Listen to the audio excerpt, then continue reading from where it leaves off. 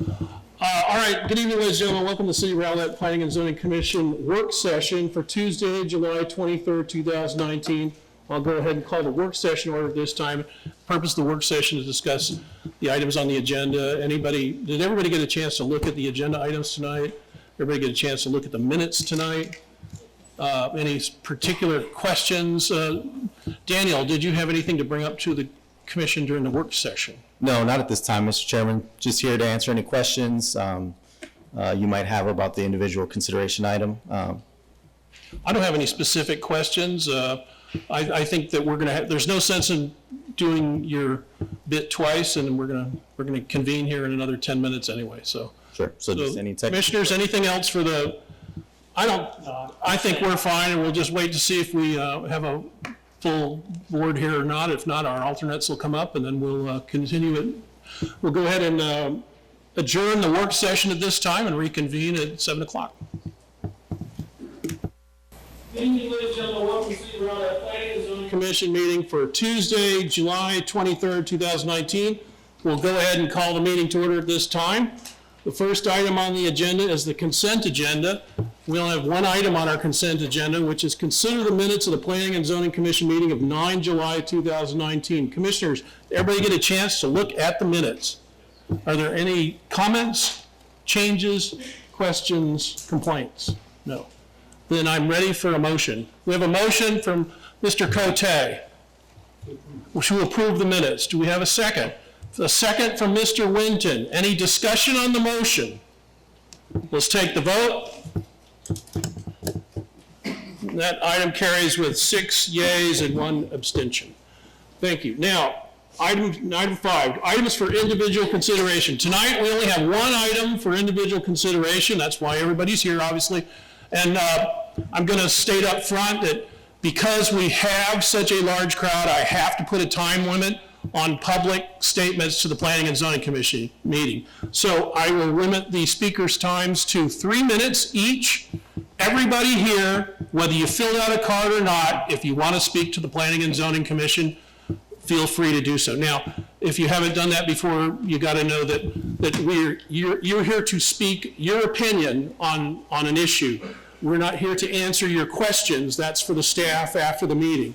But if you have something to say, we're here to listen to you, and that's what we do. So that is what we're going to start off with tonight. And at this point, we'll go ahead and the only item we have is item 5A, which is conduct a public hearing and make a recommendation to City Council on a request by Richard Bouquet with Habitat for Humanity on behalf of property owners Amy and Austin Entrop for a rezoning from single-family residential SF8 district to a planned development district for single-family residential SF5 uses. The 2.63 acre site is located at 8700 Down Rock Road in the city of Rowlett, Dallas County, Texas. Daniel Acevedo. Yes, Mr. Chairman, Commissioners, thank you for your time today. Just wanted to summarize our report and make a presentation to give you a broad overview of the proposal before you. Per your statement, the request before you is for a rezoning of 2.63 acres from single-family residential SF8 to a planned development district for single-family residential SF5 uses. And you can see the subject property outlined in red on the map there. We're looking at the site data and just looking at information surrounding the site. Again, the site is 2.63 acres. It is a vacant, rectangular-shaped lot located generally between Sawgrass Lane and Pheasant Run Drive. It is only accessible via a 35-foot ingress-egress fire and utility easement connecting to Pheasant Run Drive off-site. And yes, pointer's working. Here's Pheasant Run Drive. And so access is via an access easement on this property here to the site. Additionally, the subject property is directly adjacent to an alley. When we looked at the surrounding land use pattern, it's primarily SF8. So you have SF8 to the northeast, you have SF8 to the southeast, and to the northwest. I'm sorry, go back. To the northeast, you have single-family residential that's developed currently at SF8 standards, and to the southeast and to the northwest, there are 2 residences on those properties, but they're currently not developed to those SF8 standards. They are conforming, but they haven't been subdivided to meet those standards. And then to the southeast, you have to the southwest, you have a planned development for single-family R4 uses, and that's an old zoning category, but it's very similar to our SF8 category. The only difference would be that their minimum square footage per lot is 7,500 square feet versus 8,000. So it's very similar. All the other requirements are very similar to SF8. There are several considerations when looking at the proposed site plan before you. North would be kind of running in this direction here, so it's just oriented horizontally. Again, there's 18 single-family residential lots and 1 community center. Access, again, is from Pheasant Run Drive via the 35-foot easement. You can see on this drawing that there is pavement, adequate pavement per the standard construction details to provide that minimum width for 2 lanes of traffic to enter into the extension of Pheasant Run Drive, which then becomes a 50-foot right-of-way with all of the typical right-of-way conditions, which would be sidewalks and street trees, as well as the road section. There is landscape screening that is being proposed along the alley in order to kind of differentiate between the roadway and the alley. Would be a continuous hedgerow with ornamental trees spaced 30 feet on center. That would be required to be owned and maintained by the HOA that would be created by this development. Some of the requests before you is to waive the requirement for entryway landscaping. Currently, for subdivisions in the city, there's a 9,500 square foot requirement for a landscaped area where there's an entry to a subdivision, so that is requested to be waived. There are 2 trees that will be planted per lot, but the request is to have 1 in the front yard and 1 in the rear yard. There's also a request to waive the requirement to provide alleys and also to provide garages. So you can kind of see here on the site plan, they are designating 2 parking spaces in front of the houses, but again, not in a garage. The right-of-way of Pheasant Run Drive, the extension of Pheasant Run Drive will stub out to the adjacent property along with utilities to allow for the adjacent lot to develop whenever it does. Again, there's a 3,000 square foot minimum lot size, and the minimum home size would be 1,000 square feet. And the density kind of shakes out to approximately 8.5 units per acre. Here you see a concept of houses, a couple of houses that represent the product that they will be delivering. It's a 1-story house limited to 25 feet in height. The front setback will be 20 feet. Side setbacks would be 5 feet, and the rear setback would be 15 feet. Again, the minimum dwelling size would be 1,000 square feet, and vinyl siding would be allowed as the primary material. These are 2 to 3 bedroom houses. You can kind of see here on the floor plan on the bottom left-hand side here.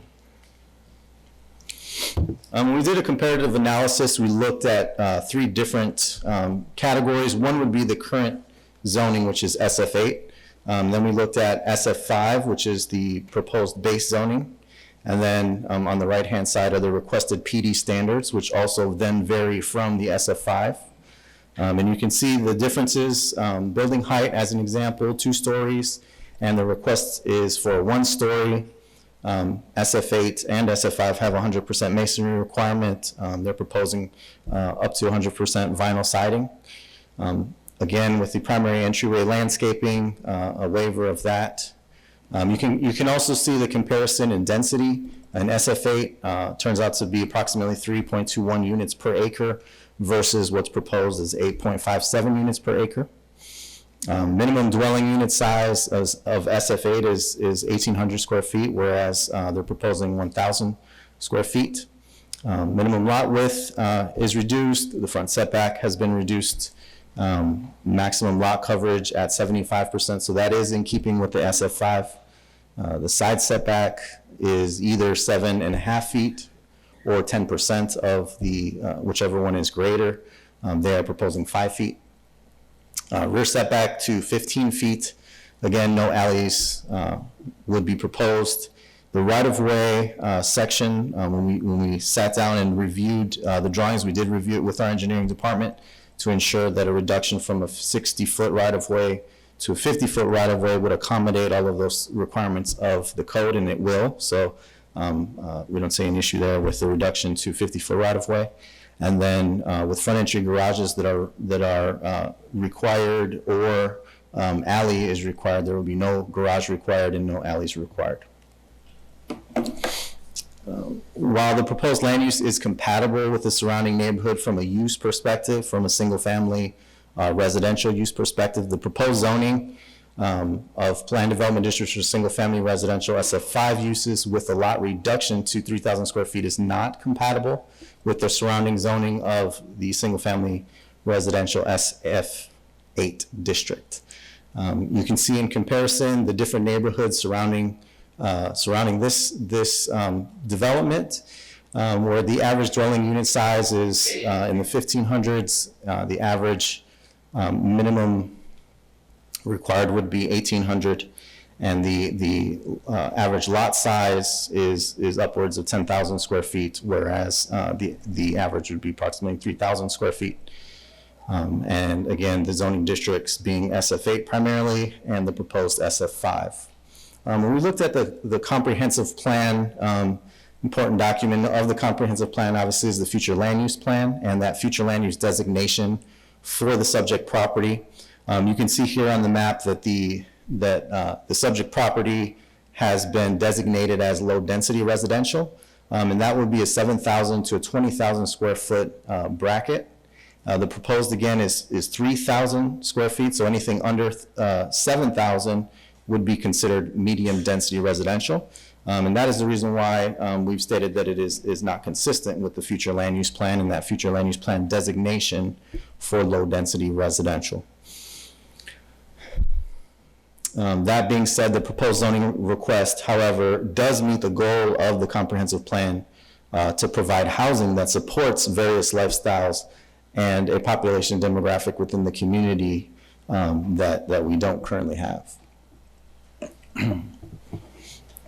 So I think I've touched on all of these site considerations when talking about the site and the subject property in relation to access and to the adjacent neighbors.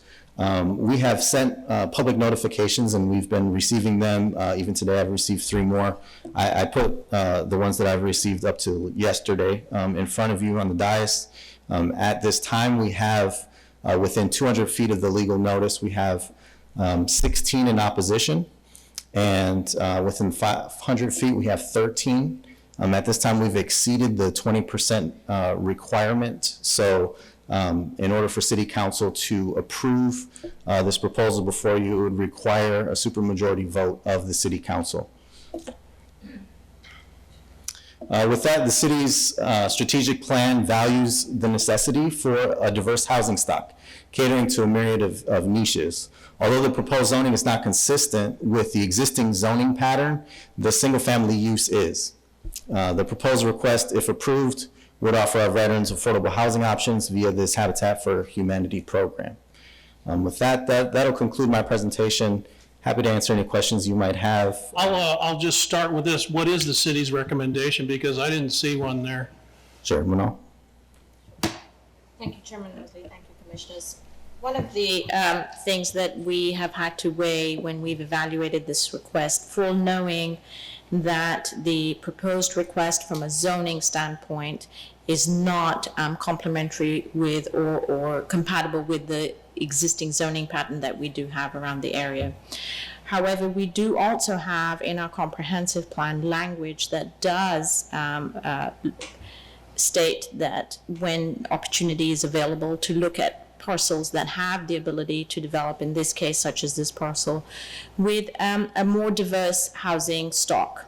And again, we also have a strategic plan that also values the necessity to provide the diverse housing stock to the community as well.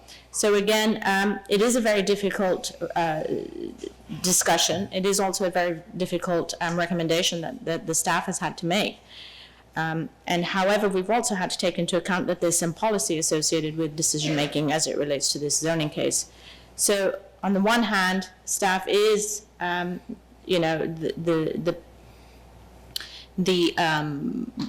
ability to accommodate the change in zoning perhaps is not as palatable just because of the non-compatibility issue with the zoning district. However, on the other hand, staff is favorable to having a diverse housing stock, so perhaps some consideration should be given to reevaluating some of the conditions associated with the development requirements that have come forward.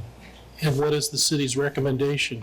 So from this standpoint, again, as I said, from a zoning perspective, likely we do not see the compatibility, so that might not be favorable. However, we have two conflicting concerns. One, we have a strategic plan that requires the diverse housing stock, yet we also know this is a parcel that is, sandwiched between two developed areas, but that parcel itself, from a zoning perspective or from a base zoning perspective, is not consistent with the proposed zoning. So the minimum lot size requirement, I believe it's SF8 is the zoning on the property, and it would be 8,000 square feet. So we do have, the applicant has brought forward some compelling argument in terms of providing that diversity in housing, providing accommodation for a niche, correct, for the veteran housing. So from that standpoint, absolutely, we think it is a vital use. And so this is something that we are going to have to discuss and listen to what the applicant has to say as well from a. All right, not to belabor this, but I don't hear a recommendation either way. We're going to vote on it tonight, and we will listen to, we've researched it, and we will listen to the public, and we will make a decision. But I just want everybody to know that the city is not making a recommendation on this. So I'm a little surprised. I've been in planning and zoning for 5 years, 6 years now. I've never had this come up where the city hasn't made a clear decision whether something is recommended or not. I know, I'll just state the obvious before the applicant comes in, that either way we vote, we make a recommendation to city council, we're going to upset some people. And that's part of being in public service, that's part of being a volunteer. And we're going to make some people out there happy, and we're going to make some people out there upset. That's part of it. That's what we're going to do tonight. And, but we will make a recommendation to the city council. I'm a little disappointed that the city hasn't made a recommendation to us on what they think we should do. So that being said, any other questions, any questions for staff? Ms. Estevez. Daniel, are you saying that the request to waive the entryway landscaping and 100% masonry and is it sidewalks or garages? Garages. Mhm. Garages are part of this zoning request? Yes. Okay. Mhm. That was my only question. Mr. Engen. Are you comfortable with just one ingress and egress with this plan? And who will be responsible for widening that short distance of the road? The Is that 35 developer? feet, the 35-foot easement. So we are comfortable from an engineering standpoint that we could accommodate a typical road section within that 35-foot access easement. It wouldn't provide for your sidewalks and street trees on both sides, but we could accommodate the roadway section itself, the pavement itself for that roadway. So part of it will be the alley, but then it veers off to the right, and Yes, and that would be, then it runs parallel to the alley. yes. So, short answer is yes, we can accommodate for right-of-way within that section and still sort of meet our code requirements for access. Any other questions, Mr. Engen, for staff? And we can always have back. Daniel come back after the, Mr. Moore. Daniel, could you go from, I think it's the next, not this slide, but the next, back where we're showing the 4, or was it 3 or 4 lots together showing that the actual, this actual location in red. That one's good. Okay. This is actually zoned SF8. So basically what we've got here is 4 separate lots that are all relatively the same size right there in a row, correct? Yes. What are all of those zoned? Those are currently zoned SF8. Okay. So at any time, whoever owns this property could come in and sell it under the SF8 zoning and put houses in that meet the SF8 requirement, correct? That's correct. There's one lot that currently is landlocked and wouldn't be able to do that. That would be this lot, because currently there's no access to a right-of-way. So all the other 3 do have access to Pheasant Run, and they could develop under SF8, as you're saying. Okay. But with the entrance into this particular piece of property, I mean, basically you could take Pheasant Run and run it over into the middle of that very top lot and then run it lengthwise from one end of all 4 of those pieces of property. If all 4, if they're all individually owned, they could all be developed under SF8 and meet all the requirements. And if they did meet all the requirements without any variations or anything like that, would they have to come before us to be approved? Excuse me, no, they would not. They could develop.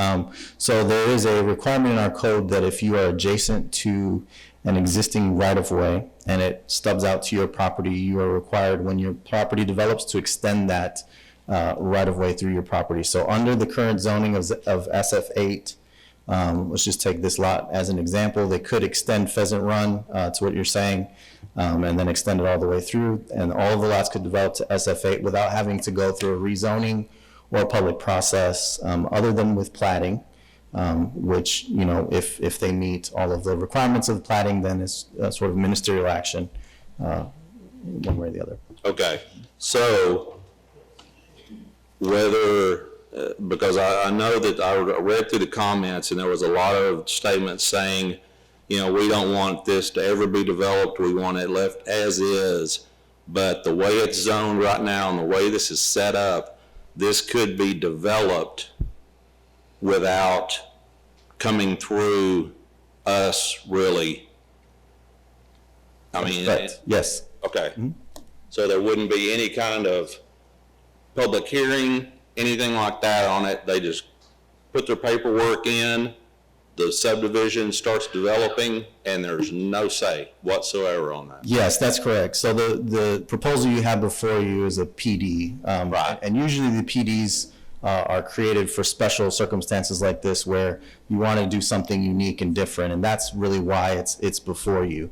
If they were going to develop under SF8, because they're adhering to all of the code requirements, there would not be a public process in order for those lots to develop. Okay. I just bring that forward because we get, to the audience, we get so many people that come in saying, we don't want this land behind us developed, or we were told it would never be developed when we bought our house, or we wouldn't have bought our house. If there's a vacant piece of property in Rowlett right now, more than likely it's going to be developed at some point. So I just wanted to make that clear that this could be developed without any public input whatsoever. Yes. True? Yes. Okay, thank you. Mr. Smith, Mr. Winton, Mr. Cote? Thank you, Daniel. Applicant, making a presentation? If you could just state your name and address for the record, please, sir. Yeah, so this is forward, back, and forward.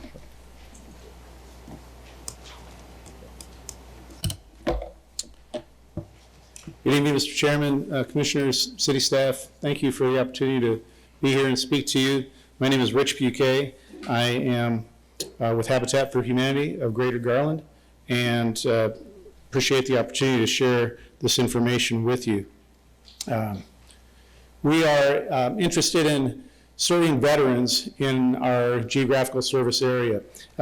What some folks don't realize about Habitat for Humanity is, although it's a global organization, it is subdivided by affiliates that serve specific geography. Our geographical service area, our GSA, is Garland, Rowlett, and Saxe. And we have been an affiliate for 26 years. I've been the executive director for 2 years now there. And we've served Rowlett, Garland, and Saxe, but we've only built houses in Garland. There are a number of reasons for that, but when I became the executive director 2 years ago, I immediately determined that I wanted to build in Rowlett. I wanted to provide people in Rowlett affordable housing. A lot of times people don't understand affordable housing is not necessarily low-income housing. It's housing, good quality housing, decent homes, but they're affordable. Not everybody can afford $200,000 and north of that for a house. And so there's a big workforce contingency in Rowlett, as there is in most communities, that do most of the work around the community, you know, the nurses and the firemen, policemen, school teachers, the city service people, and they need more housing options. So we recognize that one of the best ways that we can do this is to build housing at higher density, and we also, in the process of that, we want to serve veterans. So one of the first things I did as an executive director was I signed up as a Veterans Build affiliate, which is a distinction amongst the 1,300 affiliates throughout the world. Only 15% are Veterans Build affiliates in the United States. We seek to build homes for veterans and also engage veterans in the process. So we employ veterans at our affiliate, as well as engage veterans in the development process and the volunteer process.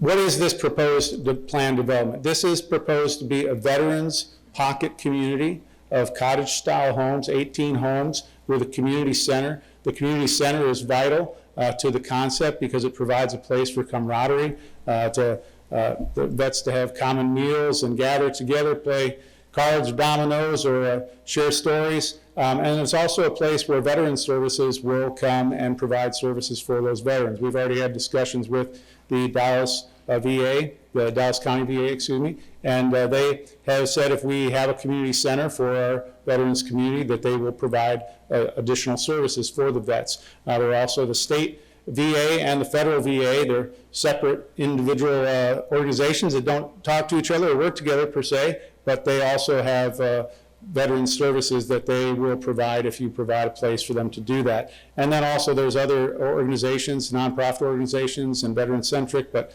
also for-profits, or, well, I guess Baylor Scott and White is a nonprofit, but they look for opportunities to provide services to veterans if you provide a community center. So that's what we're desiring to do, and it's important to state very clearly that these residences are reserved only for USA veterans. Habitat for Humanity does build affordable housing, and we have an income demographic per se that we serve primarily, but those are not the parameters for this model. This model is specifically to serve veterans. There are no income requirements. This is not a low-income housing project. A veteran does not have to have a specific income, a certain percentage of area median income to qualify for these homes. If they are of a lower income, maybe they're on disability or they don't have a lot of disposable income, we have vehicles like the TDHCA, Texas Department of Housing and Community Affairs Bootstrap Loan, which is up to $45,000 at 0% interest loan for 15 or 20 years. And if the veteran qualified for that, then we would certainly put them in that vehicle. But the only qualifications for these homes are that they're a veteran and that they qualify for a VA loan or a third-party mortgaging source.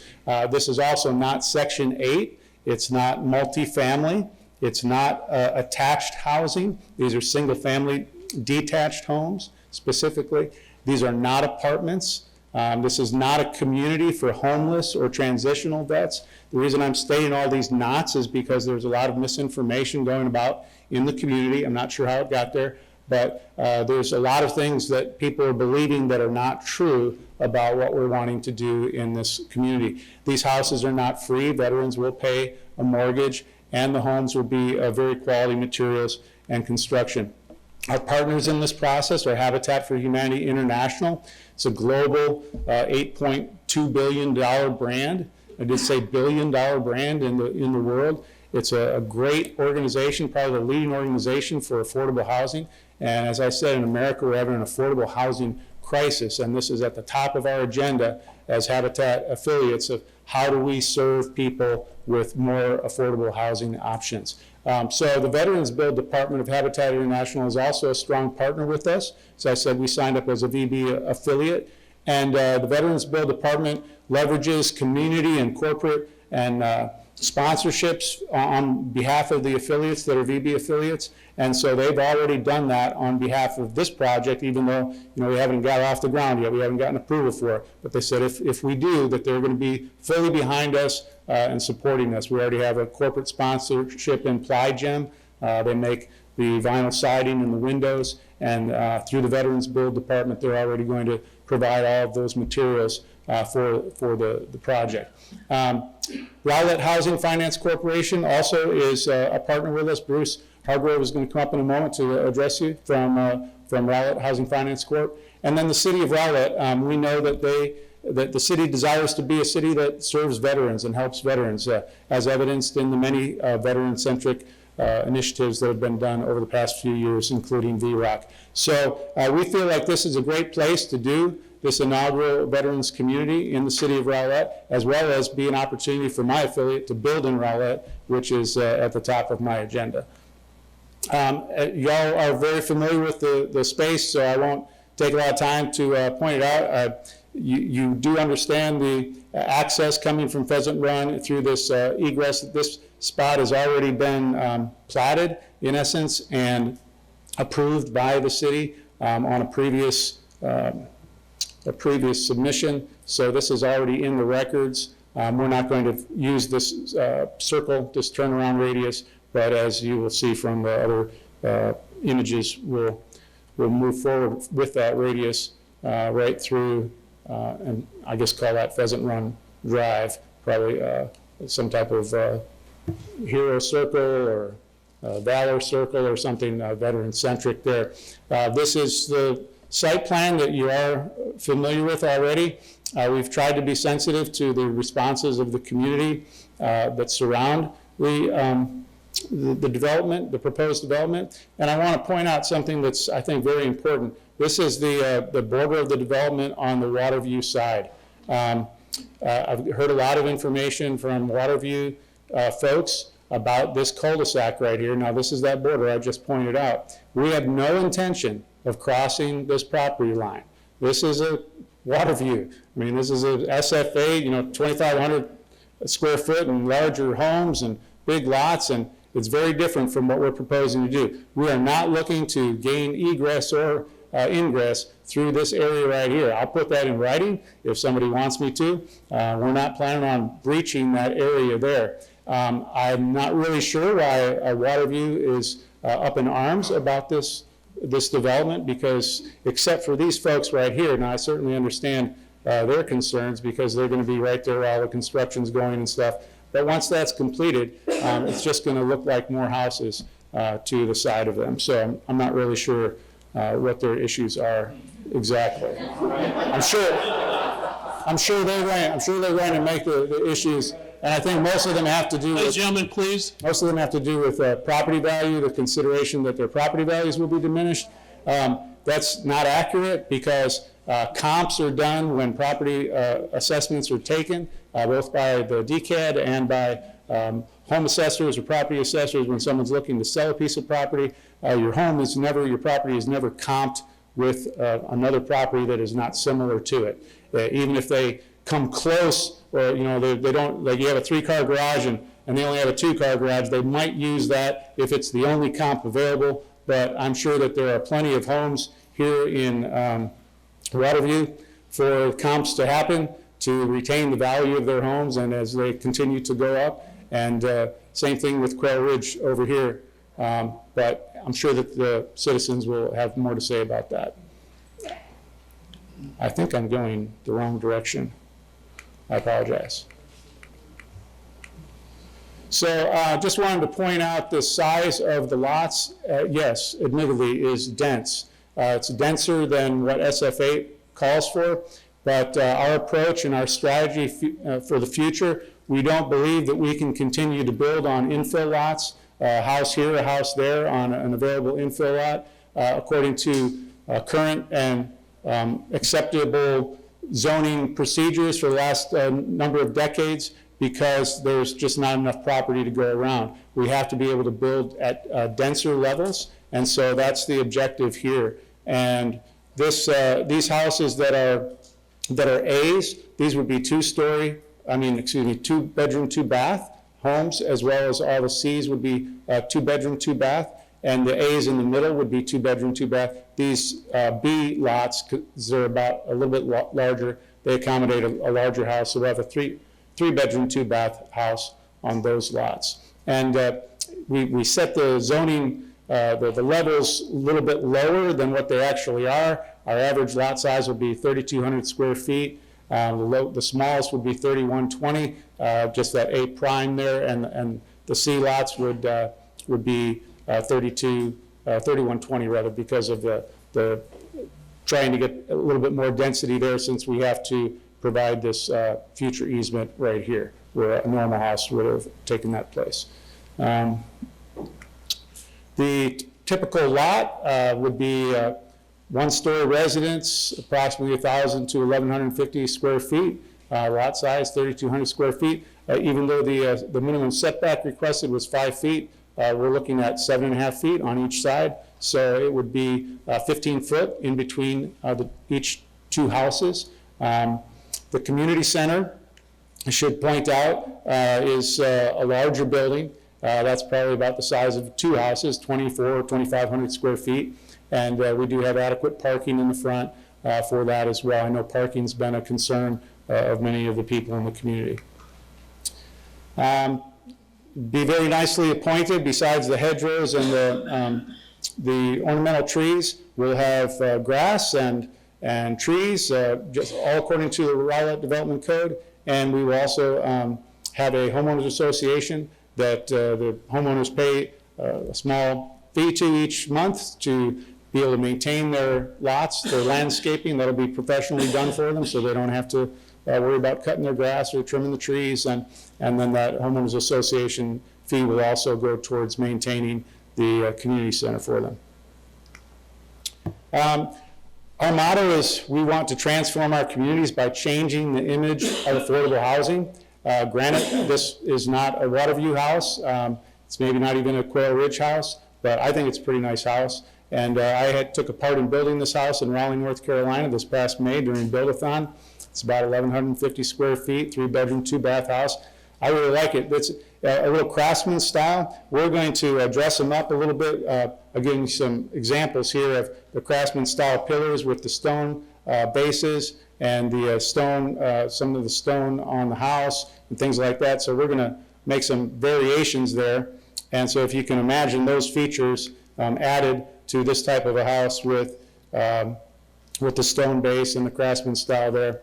Very, very nice. The elevations will not repeat within 4 houses. So basically on one side of the street, each house will look different, except on the one that has 7. And we'll probably do some things there with gables. And you can see the differences of, this is the same house, same floor pattern, basically mirror image with gables on the front of the house instead of the hip with the smaller gable.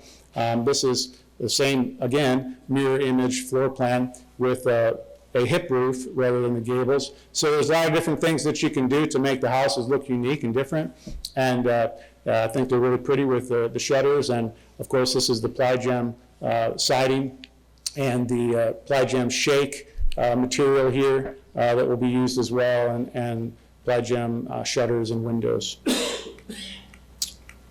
So a typical floor plan, Daniel already showed you that. Some of the questions that have been to us as Habitat for Humanity: how are we going to do this? How are you going to build this community? We have a Builders Blitz through Habitat International every year. That usually takes place in the month of September. It's an opportunity for affiliates to leverage their relationships with local professional builders who come in and donate their time and materials and make a big impact in a short period of time. This year, that Builders Blitz is scheduled for September. We know we're going to miss that mark, but we're signed up for it, and we have the materials and the sponsorships and the things that normally come with it will be there for us, and so we're hopefully going to get to that by October or November, and to have one house and the community center sponsored and built by the end of the year or the first part of next year. But the big goal is Habitat International Build-a-thon in May 2020. This will be the last week of May, the first week of June in 2020. AmeriCorps is part of the Corporation for National and Community Service. It's the great federal organization that's brought us the Peace Corps and the Corps of Engineers, the people that have built our national parks and so many of our bridges and streets around the country. AmeriCorps are typically younger people, but they have a heart to serve, and unlike Peace Corps, they don't go to foreign countries, they serve in the United States, and there's about 350 of them out of 6,000 each season that serve Habitat for Humanity, and they do a big build-a-thon where they all go to one host site. We've been chosen as the host site for 2020.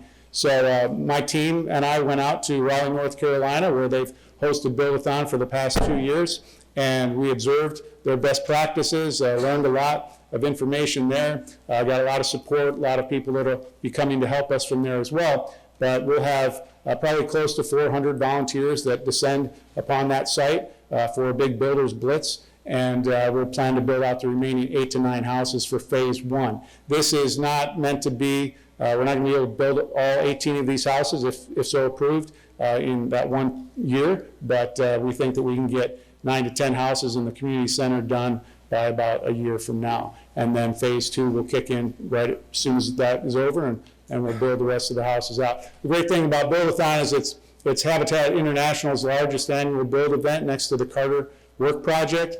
It has the Veterans Build Department complete support, and also the corporate sponsorships and support that Habitat International leverages on the affiliates level, or for the affiliates' sake. You get national as well as state and local media coverage, and also veteran nonprofit organization partnerships become aware of this, and then they would also come to help the city. So that's pretty much what I have. I think that the benefits to the community will be the increased property value and the tax base of that piece of property itself. 2018 tax base for that one parcel of land, $94,700. We anticipate these houses appraising for no less than $100,000 a piece. And so, just do the simple math. With 18 houses in the community center, it should increase the tax base of that piece of property up to $1.9 million. We're going to be able to increase housing density with single-family detached homes, which is very important. And the citizens of Rowlett have spoken about this to the city, to the council. I don't know about planning and zoning, but they've spoken about this. They don't want more apartments. They don't want more townhomes and duplexes. They want higher density, but they want single-family detached. And that's what we are trying to provide. We're also going to improve housing options for veterans. There are many veterans that are not low income, but they don't want to spend $250,000 or more on a house. They want a simple house where they can have a simple life and have camaraderie with their fellow veterans that have shared life experiences with them. So we're going to provide some options for them. And we think that through that will positively impact veterans and their families' lives. And then I know a lot of people have been concerned about the covenant agreement. How is we know this is going to stay a veteran-centric community? We will write deed restrictions into it. There'll be a covenant agreement that every homeowner has to sign. Habitat for Humanity of Greater Garland will stay involved. We will have partial ownership of the community center, and we will have first right of refusal for any home if a vet ever wants to sell it. There will be a scalable equity sharing aspect of it, because when we subsidize homes and make it more affordable for vets to get into it, if they move out in 2 or 3 years, they don't necessarily deserve to take all that subsidy with them as profit, but we want to turn that over to another veteran and give them that opportunity. If they live there for the vets live there for 10 or 15 years, then they would gain more of that equity in the process. And so when they sell the home, it would be required that they sell to another vet, or if they couldn't find another vet to purchase the home, Habitat for Humanity would purchase it back, and then we'd find another veteran homeowner to go into that space. Staff or commissioners, I think it'd be best if we let the entire presentation staff do their presentation before we ask questions of their project, if that's all right. So if you have another speaker, Yes, Bruce would like. Hargraves, I see a familiar face. Mr. Chairman, members of the Planning and Zoning Commission, I'm Bruce Hargrave. I live at 5613 Willowbrook Drive here in Rowlett, and I am the Vice President of the Board of the Housing Finance Corporation.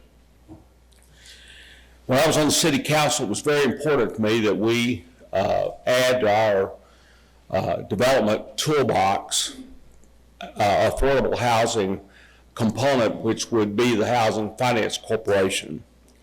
We follow the tenets and the guidelines under Texas Administrative Code 394. We were able to complete that and get that through the City Council with a 7-0 vote, and we created it. It's an amazing organization. We do not follow Section 8. Section 8 housing is on my street. Section 8 housing is in Waterview, the property that adjoins this. We operate under Section 42 of the IRS code. It's an entirely different way of doing things. We're looking for ways to bring quality residential housing to the city of Rowlett that is affordable.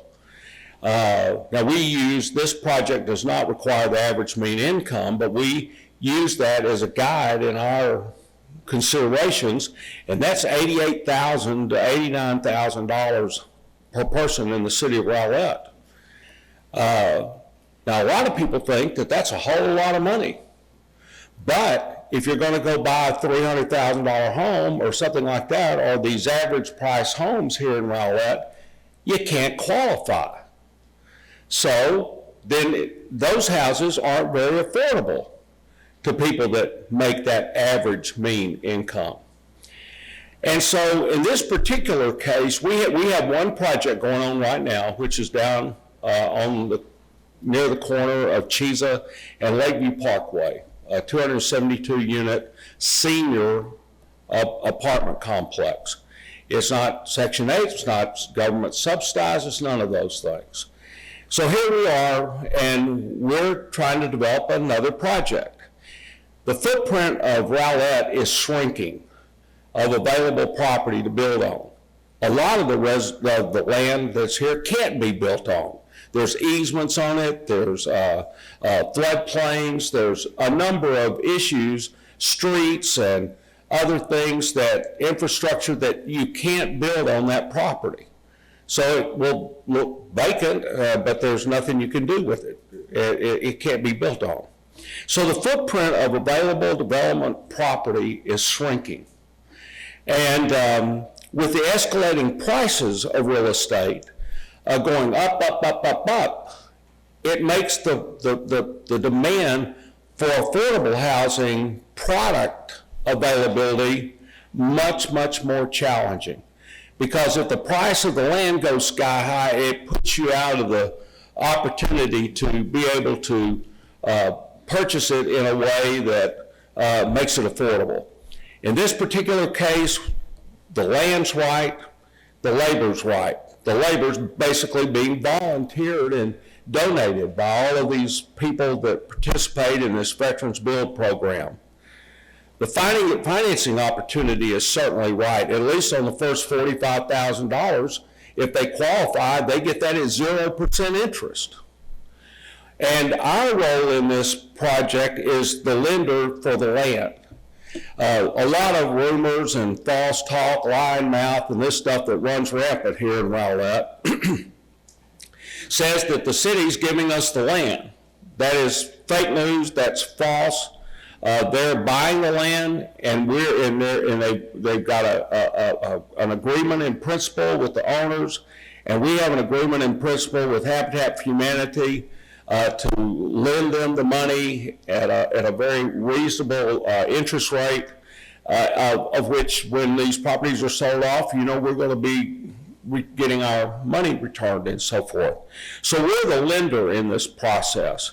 But the whole process meets the very elements of the mission in which we exist, to try to provide affordable housing. And as a pocket community, there is no better group of people, a community within a community, than the veterans, to be able to help them of no fault of their own, to be able to buy a house like this and live in it and live out their life in it. And I think it would be just a marvelous addition as a differential product in all of the various products that we do offer in the city of Rowlett for people to live here. And I would just urge every one of you to seriously consider passing this motion.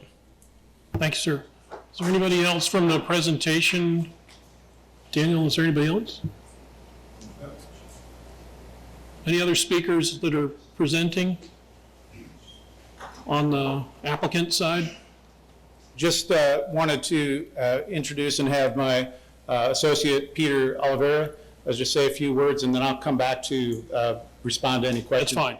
Thank you.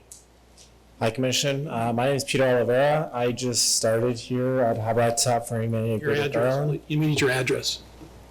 2601 South Glenbrook Drive in Garland. I just wanted to thank you for this opportunity to speak today, tell you a little bit more about our project. Rich has already given a good detailed approach on what our project is, so I just wanted to thank you for your time today. Thank you. All right, commissioners, questions for the applicant? At this time, Mr. Swift, I'll start with you. Let's start with if you could just run me through your selection process of the property. And we've heard from Mr. Hargrove that, we're running out of land here in Rowlett. We've heard that narrative, and we know it continues to be that way.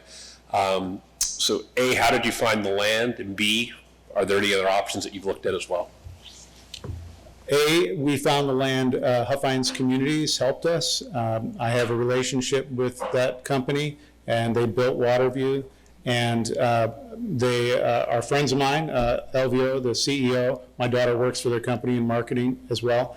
And so they are aware of this project, and they're working to sponsor and help us through it. And one of the primary ways that they're helping us is with their development chops. They're pretty good developers. So they're being consultants for us. And when we looked at another piece of property that we thought might work for us, and it turned out that wasn't going to happen, I contacted them and said, do you guys know of any other pieces of property in the area that would work? And we had very tight parameters. And they showed us this piece of property, and we responded really quickly to the owners, Austin Entrop, and got a contract on it. So B, have we looked at other properties? Yes, we have. There aren't any others that are as affordable for us at this moment in time.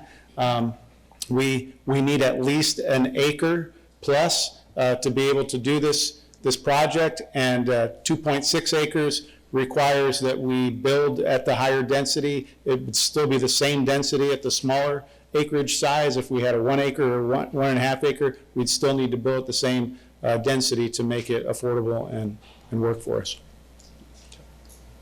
But we're constantly looking for other pieces of property, because we would like to do this more than just this is the first one. That we hope that we can do this, and then we hope that it will be a success and people will see how wonderful it is and what a great option it is, and then we can do it again and again. Thank you. Is that it, Mr. Swift? Mr. Winton? Yes, so one question especially as it relates to future plans, as Commissioner Moore pointed out, as far as the other parcels of land that's not affiliated currently with this project. Is there any future expansion into those other parcels as part of looking to grow this beyond the 18? In that specific location, you mean? Yes. I don't see how that would be possible at this point. The southern property is owned by the Gosses, and I don't think that they would be interested in selling it. And that would be the only way to develop the other property, because it has property on Dow Rock that keeps it from having access from Dow Rock onto the most southern lot, and then the most northern lot looks like that person's been there for quite a while. So I don't think that they'd be interested in selling theirs either. But we haven't inquired, and we hadn't really thought that far. We didn't think that that was a possibility. Okay. Mr. Cote? Based on the parameters for this project, what's your build cost? What do you anticipate your build cost is per home? We're anticipating the range of $70,000 to $80,000 per house, but we don't know all of the costs for the infrastructure at this point. We know that, for instance, the concrete, we figured that even at our good cost value from Martin Marietta, it's still like $184,000. So, I mean, it's not a small project, and we've got to put in the water lines, the sewer lines, the streets, the curbs, the right-of-ways. So it's going to be an expensive project. And again, the reason why we need to do higher density, it's been said to us, well, why can't you build this community and just build 8 or 10 houses? Well, because it wouldn't be affordable then, because then all that cost of infrastructure is spread amongst 8 or 10 houses instead of spread amongst 18 houses. Yes. Mr. Engen? You talked about strict requirements, so when a veteran comes in to purchase a house or is in the process of wanting to buy it, what are some of those strict requirements? Or what do you look at? I don't recall saying strict requirements. I know that we have. You were talking about, there's Deed restriction. The deed restrictions or the only requirements. you selected and who comes in? The only selection requirements would be that they're a veteran and that they qualify for a loan, qualify for a mortgage, or that they have the money to purchase one of the houses, which may be the case as well. There's no minimum or a maximum income requirements. Some veterans board affiliates require that the veterans are honorably discharged. My good friend Ken Cates out in Temple with Fort Hood Habitat, he's a veteran, and they built a veterans community very different from what we're proposing, but he didn't use that criteria. He said if you served, you served. And so we don't really have any restrictive or strict requirements other than they're a veteran and that they are able to qualify for the loan. If this project were to move forward, it was interesting in looking at some of the comments from the people that live in the area that they have a water issue, and that would certainly be taken care of. Absolutely. We're not able to move forward on any project without civil engineering design.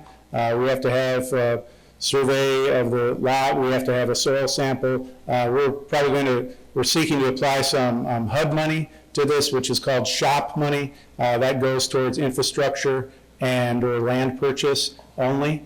And to get that money, you have to be able to, you first have to do an environmental assessment, and also core samples of the soil to determine what the soil constituency is, how far down bedrock is, and so forth. And then you have to have an engineered drainage plan, an engineered site plan. So all the elevations are factored by the engineers, and they say this is how high your streets are supposed to be, this is how high all your pad sites for your lots are going to be, and then you have to grade it to those specifications. We've worked with our Delta Engineering in Garland in the past, our affiliate has.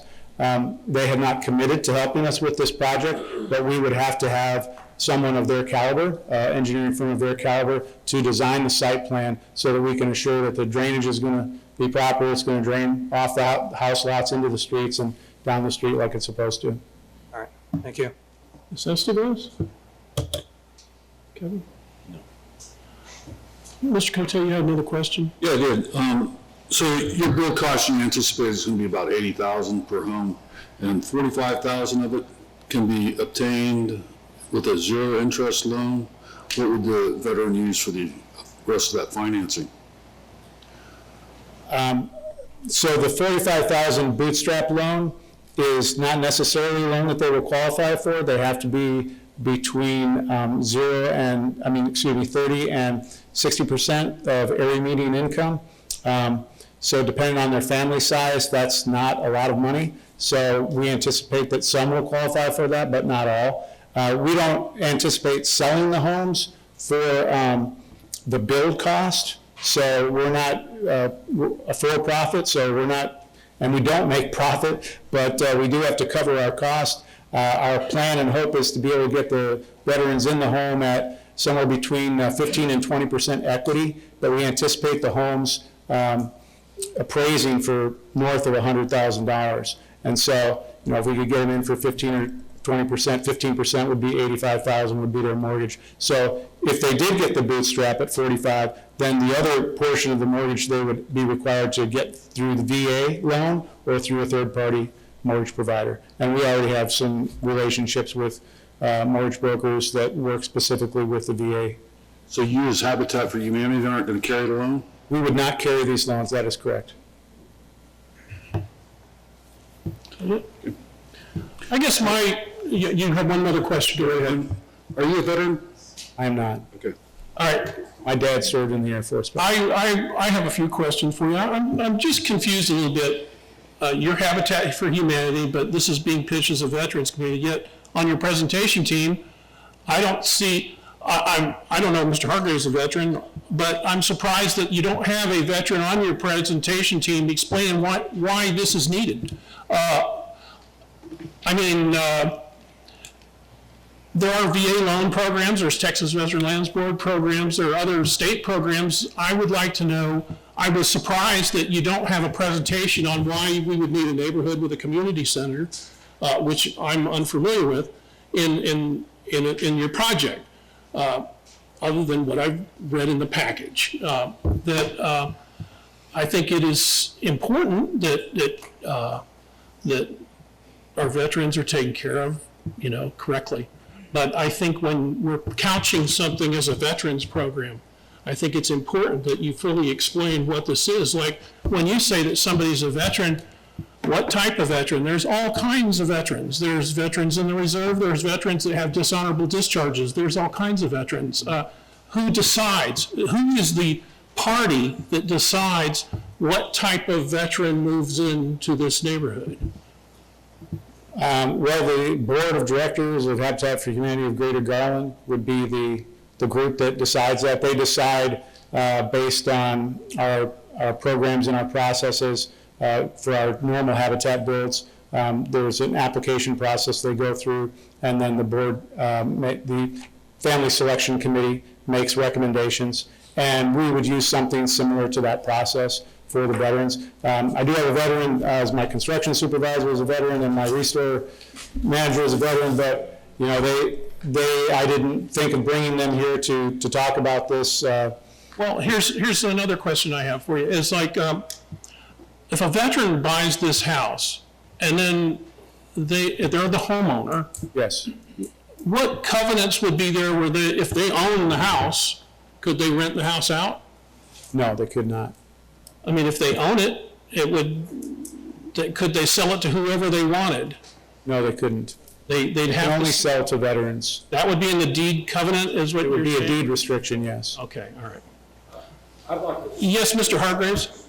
your first question about veterans being here.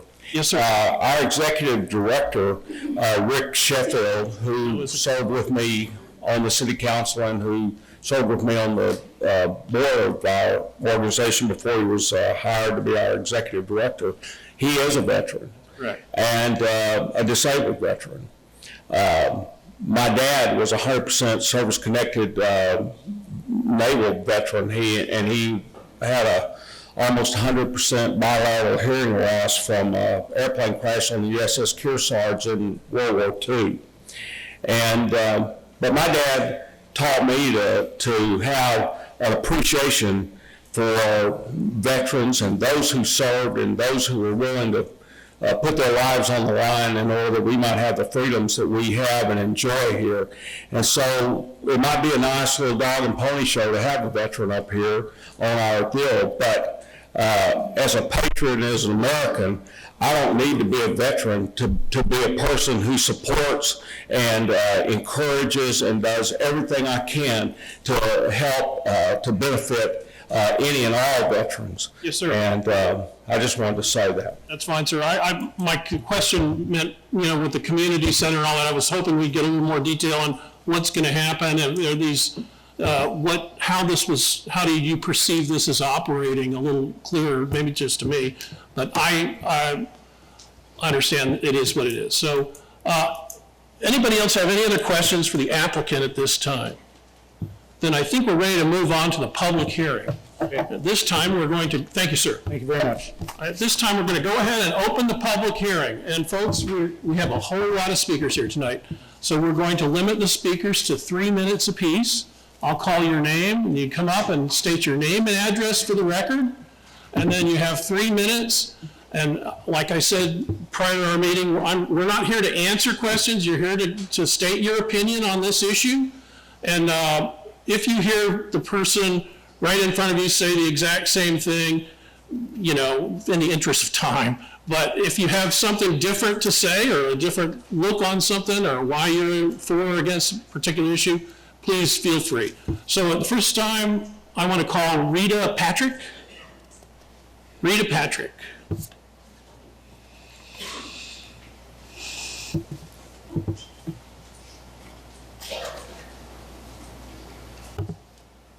Good evening. My name is Rita Patrick, and I reside at 8205 Quail Glen Court in Rowlett, Texas. We live 200 feet from the proposed property.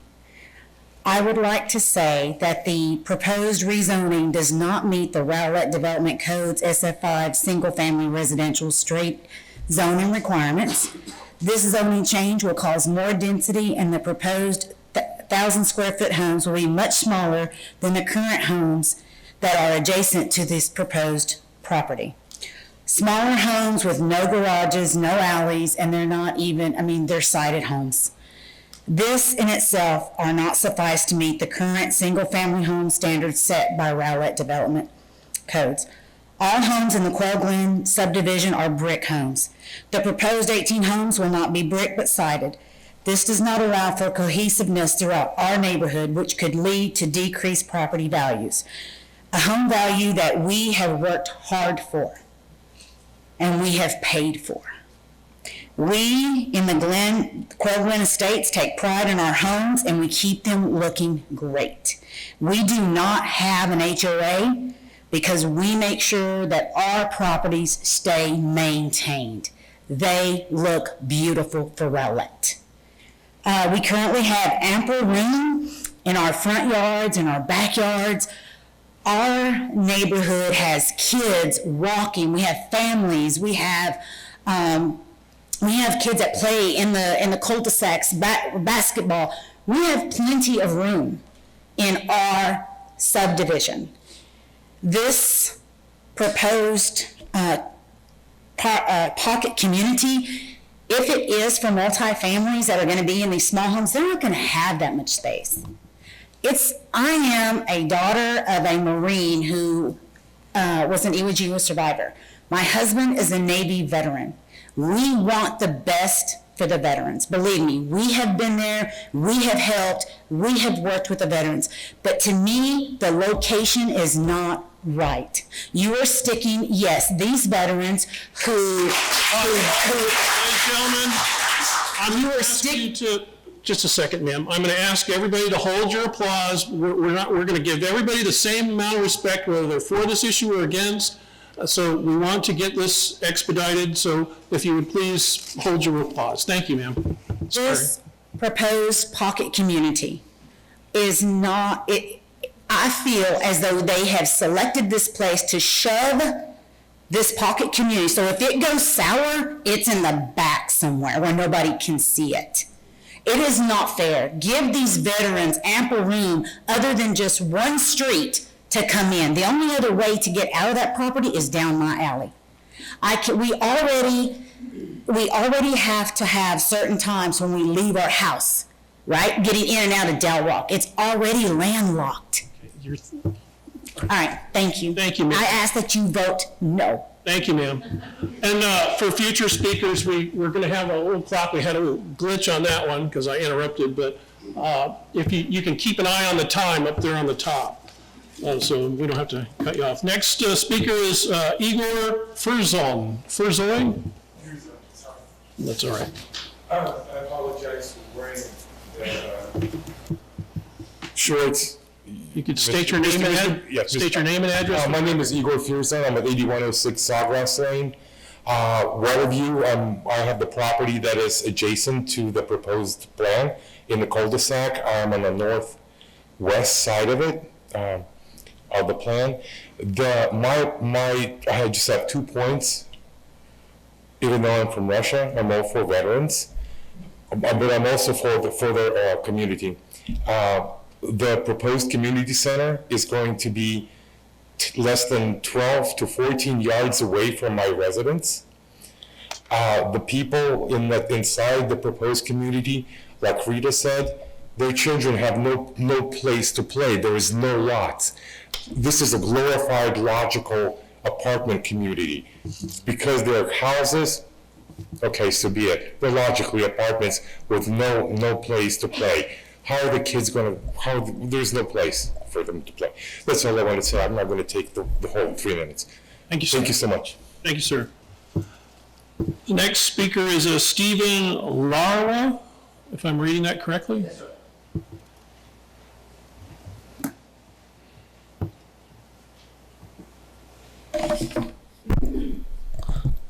My name is Stephen Lowell. I'm at 8114 Sawgrass Lane. I'm adjacent to the property in question. First, thank you for the time to speak to you as a committee. I know we're very busy here. Again, I'm a resident of Sawgrass Lane that's directly adjacent to the property and within 200 feet of it. My family moved to Rowlett and purchased a home on Sawgrass with the knowledge that that land can be developed. Okay. I was assured and thought that that land was zoned as SF8 and that the property would be developed in the same as the surrounding communities. So we'd have the same housing standards with the development. If we stand to rezone it and change that and put this pocket community in there, I stand to lose some valuation in my house. Right? If in the future, for whatever reason it is, that I would need to sell my house and move, a house just feet from the development, and it has that change in density. Okay. The building assets are not similar to what's around in the surrounding areas, not even with an SF5 zone. This will limit potential buyers to come to my house. Okay. There are many factors that determine a home's worth. What is around the property is definitely one of them. Many buyers will not want to live next to the property. Many buyers will come and look at the property and look out my back window and see the community center right there, not 5 feet from my property line. They'll see the housing and that density down there, and they'll say that's a great idea, and they will not make an offer and move on. The only way for me to counteract that is by lowering my selling price or lowering the value of my house. Okay? They will also go else in Waterview for the same floor plan with the community that is not, with that community that is not right there. They'll go out to Rockwall, or they'll decide to go out even further east. Okay? The demand for a house determines the price of anything. If you limit my demand, then you limit my ability to get the highest value for my house possible. Habitat, in a presentation to the City Council in the previous times, contended that the Temple development that they're basing this upon raised the values of surrounding areas. That's like comparing apples to oranges. In Temple, the property was surrounded by businesses, apartments, and $94,000 to $100,000 houses. This is not comparable to the property that we're talking about here. We're surrounded by $240,000, $300,000 houses. I am a teacher. Like he said before, he's proposed as a teacher. I've worked hard. I worked multiple jobs to be able to afford this house. One of the things I noticed in the packet was there, the proposed rezoning does not correct an error to meet the challenge of a changing condition, trend, or fact. The adopted future land use plan did not recommend any changes to the existing property that's there, and in fact, it is in conflict with the plan as a higher density than what is designated. Okay. Again, I thank you very much for your time. Thank you, sir. Next speaker I have is Chris Gutierrez.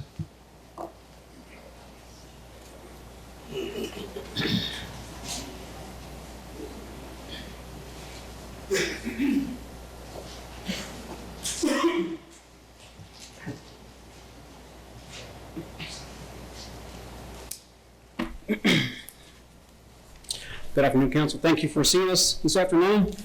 I would like to say I've been in Coeur d'Alene. My name is Chris Gutierrez, and I live at 9102 Pheasant Run Drive, and that's on Pheasant Run. I lived in Coeur d'Alene subdivision for 20-something years, and I have extensive family members that have been in the military. I'm all for veterans. But as a 25-year-old buying a house, I never asked for a handout. There were many times where bills were very short, and it was a struggle, I will not lie. Again, I'm all for veterans, but I believe this is not the way of doing this. Therefore, the proposed zoning classification for planned development for single-family uses does not meet the Rowlett Development Code SF5, single-family residential straight zoning requirements. The proposed rezoning of the subject property does not correct an error as previously stated, or meet the challenge of some changing conditions, trends, or facts. And lastly, the proposed request is in conflict with the future land use plan, FLUP as it's known, as it provides for higher density than that was designed, designated, and would be classified in a different category as moderate density residential. Sir, it is in Mr. Rich's presentation, he stated that the materials built for these houses would be of quality materials, but not one time did he say what those quality materials would be. Coeur d'Alene subdivision is a brick. Every house is made of brick. In the presentation, he is showing vinyl siding. And he also showed depictions of houses that look like craftsman style homes, but he did not show any pictures of an actual house of a craftsman style. This will definitely stick out as an eyesore in the neighborhood.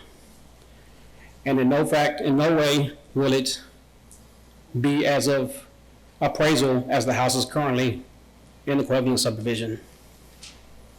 Initially, the houses were around $100,000. That was 20 years ago. All the houses in the neighborhood are around $200,000 plus. And bringing in a $100,000 home, I believe, will decrease the property values of the Coeur d'Alene subdivision. And you will lose a lot of great people of Rowlett. Thank you. Thank you, sir. Next speaker is a Deborah Goss. I guess I'm getting every speaker in the middle of the row here.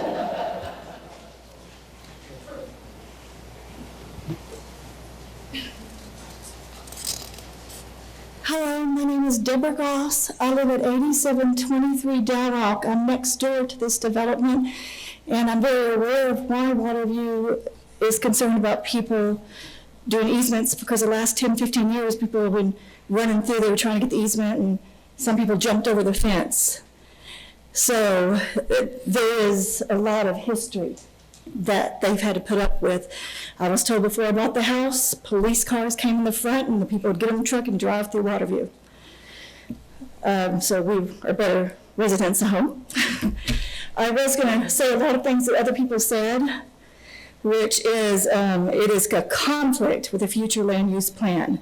And we hope that the Rowlett Development Code and the City Council will consider Section 77805, because it does not meet the Rowlett Development Code SF5, and it will not be cohesive with the residents and the residential building that is there. In Exhibit C, that's on the paperwork, the statement of intent and purpose does not reflect what is stated in 77103. It doesn't talk about the residents. It doesn't talk about us who are veterans, teachers, nurses, painters, economists. We're people. It only talks about, everything says that it's good for veterans, good for veterans. It left us other veterans out, plus us residents. The 7703 states to ensure the provision of adequate size of yards. Well, this isn't even 50%, and 50% usually means felon. I mean, to pass, you need 70%, which would be a 5,600 square foot minimum. He's respecting all the veterans to have 7.65 square feet on side yards, but he's taking it away from us. It's going to be on our side yard, where our drainage needs to go. And if he gives us the 7.6 feet for our side yard, their yards would be 12 feet, I think. I didn't do the math exactly. There's a lot of drainage through there. And our drainage may have their land come down, run their fences, because we can't stop the rain. Now also, Rich let me know that the proposed 80,000, well, if he has put pier and beams, piers in each one, I don't know, 4 or 6, that's gonna add the price. Maybe it'll be 120, 140 per house. Then on the drainage, he said it's the city that has to make sure the storm drain is working. He told me the storm drain, and I went and looked, the storm drain's really far away. Or this is the water drain down Windling's property and let another drainage system take some of his land away. I'm not trying to go over, but I really hope that y'all will help us say no to this. I think his project would be better, and we sent y'all a picture of that. But I don't want to say that. Thank you. Thank you. The next speaker I have is a John Goss.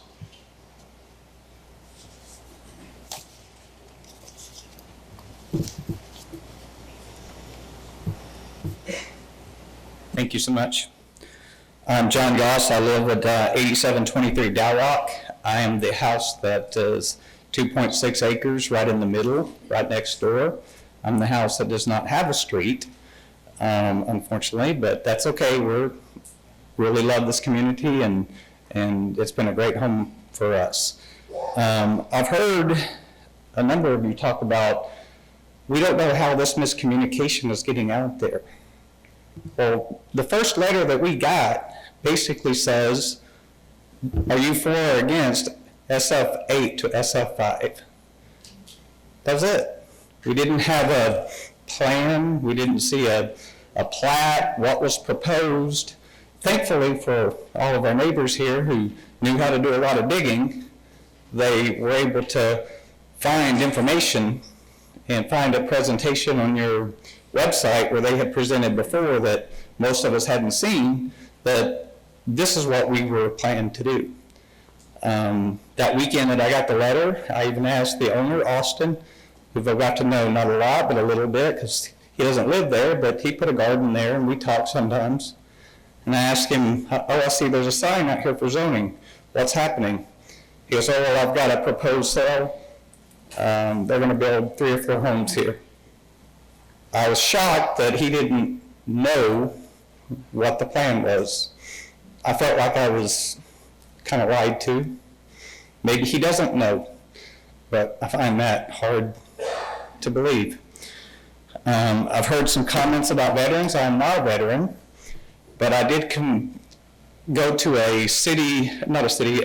I'm very nervous.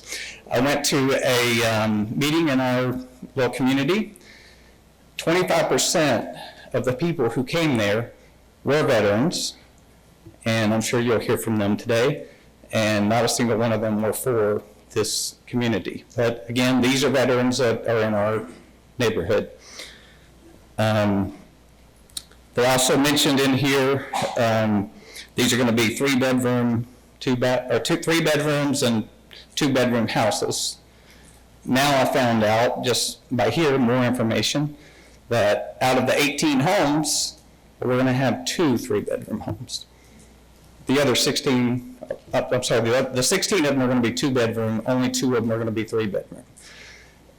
You're right, there's a lot of misinformation out there. There's a lot of misinformation. I would like to have a lot of information. I mean, we're struggling. Thank goodness that a lot of our neighbors have been able to wiggle their way around through the internet and get us the information that we have today, but we weren't presented with what the plan was. Thank you, sir. The next speaker I have is a Praveen Jose or Los, I'm not sure. Los.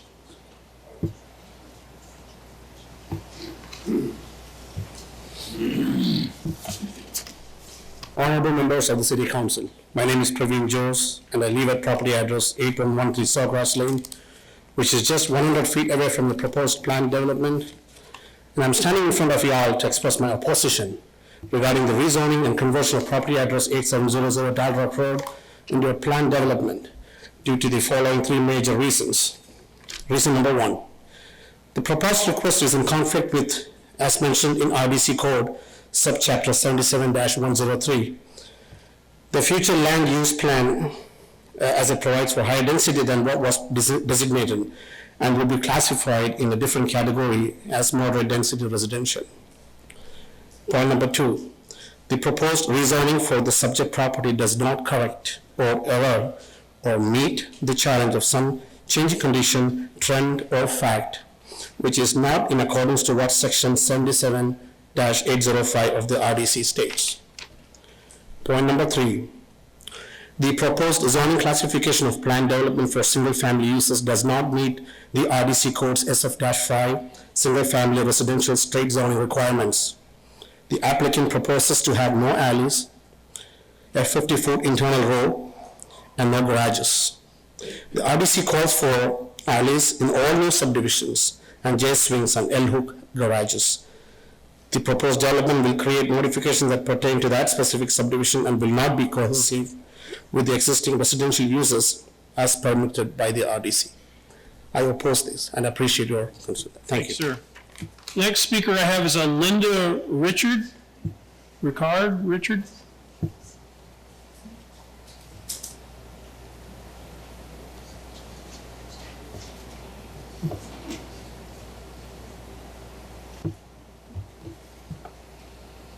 Good evening, Commissioners. My name is Linda Richard, and I live at 8710 Pheasant Run Drive in Rowlett. I'm here to state my opposition against this proposed zoning change from SF8 to SF5. I believe that the way our neighborhood is already planned, which is the Quail Glens Estate, is compatible with the zoning that we have right now. The proposed change for the Habitat of Humanity community is not compatible. And I listened to the presentation of the speakers. I just recently found out about what was going on in our community. And I was hearing that Habitat for Humanity, this would be the first time they would be in our community.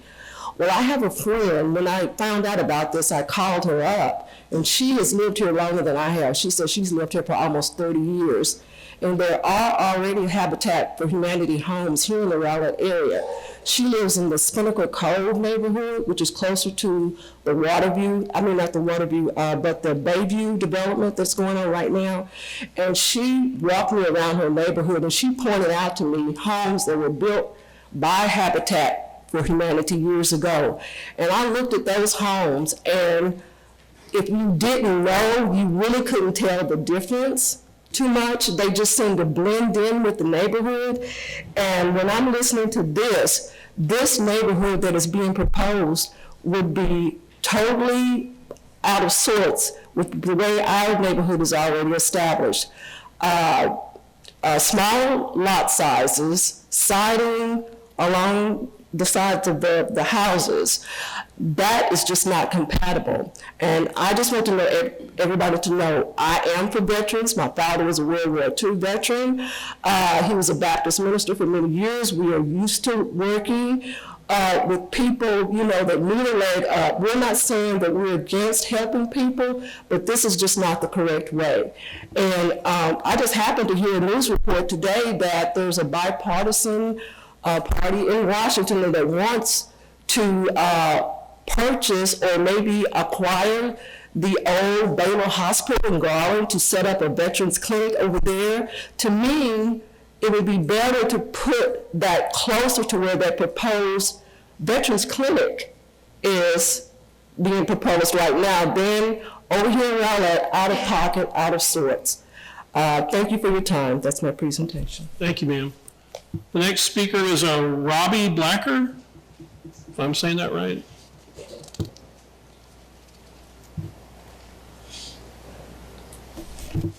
Hello, I'm Robbie Blacker, 8102 Sawgrass Lane. Our property is adjacent to the proposed, in fact, we cover most of the south portion of that property. I'm opposed to this proposal development. First thing, again, everybody's talking about this is not meeting the zoning requirements. These are the zoning requirements that the citizens voted for recently. And I think because of the zoning restrictions, I think we need to oppose this. And I won't take much more of your time. Thank you. Thank you, sir. Next speaker is Elaine Blacker.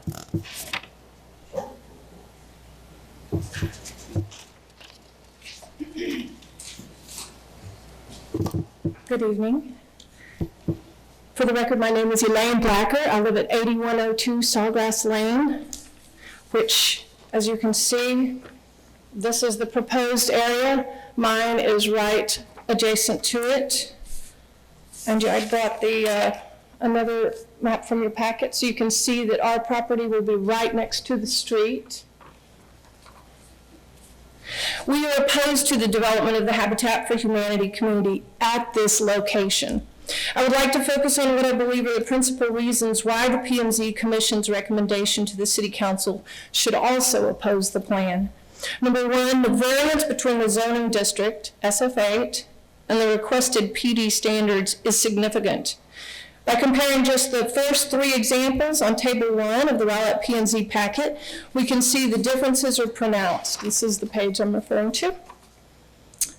Case in point, the building height of the surrounding neighborhoods are 2 stories to their 1 story, and the facade material is 100% masonry to their 100% vinyl siding. Most importantly, there's a significant discrepancy in the density, which brings me to my second point.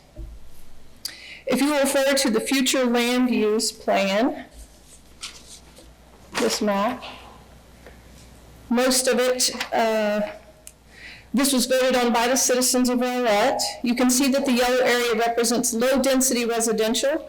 However, if you refer to the small map detail under the paragraph titled Comprehensive Plan and Future Land Use Goals, this one, you can see that this developer is proposing to put the development in the middle of a low-density residential area. This zoning change goes against the goals and intentions of the citizens of Rowlett. Because of this, I would like to move to my third and most critical point. Number 3, the development code states that the City Council must consider the following when making a recommendation on rezoning request. I'd like to underscore number 7 in your packet, which refers to the suitability of the subject project for the existing zoning classification and the proposed zoning classification. As it is now, it is zoned appropriately because it is surrounded by light zoning. In addition, the existing zoning is in harmony with the future land use designation of low-density residential. That's how it is now. However, the proposed zoning classification of the planned development does not meet the Rowlett Development Code zoning requirements. The applicant proposes to have no alleys, a 50-foot internal row, and no garages. The planned development will not be cohesive with the existing residential uses as permitted by the Rowlett Development Code. It is imperative that as an elected council member that you each consider that a vote for the planned development will be a vote against the wishes of the Rowlett citizens. Thank you for your consideration. Next speaker is Danny Sabides. I'm pronouncing that correctly? Close enough.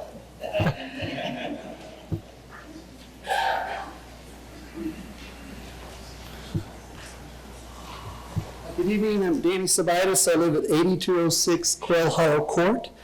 The corner of my property line is 25 feet across the alley from the subject property. You might say it's the northeast corner. For the past 30 years, I've maintained my property, made improvements not only for the well-being and enjoyment of my family, but to maintain and increase the property's fair market value. We can talk about comps, subjective, and it's going to hinder our future property values, taxable value. Fair market value is what I'm concerned about. What is a willing buyer willing to pay for my house someday?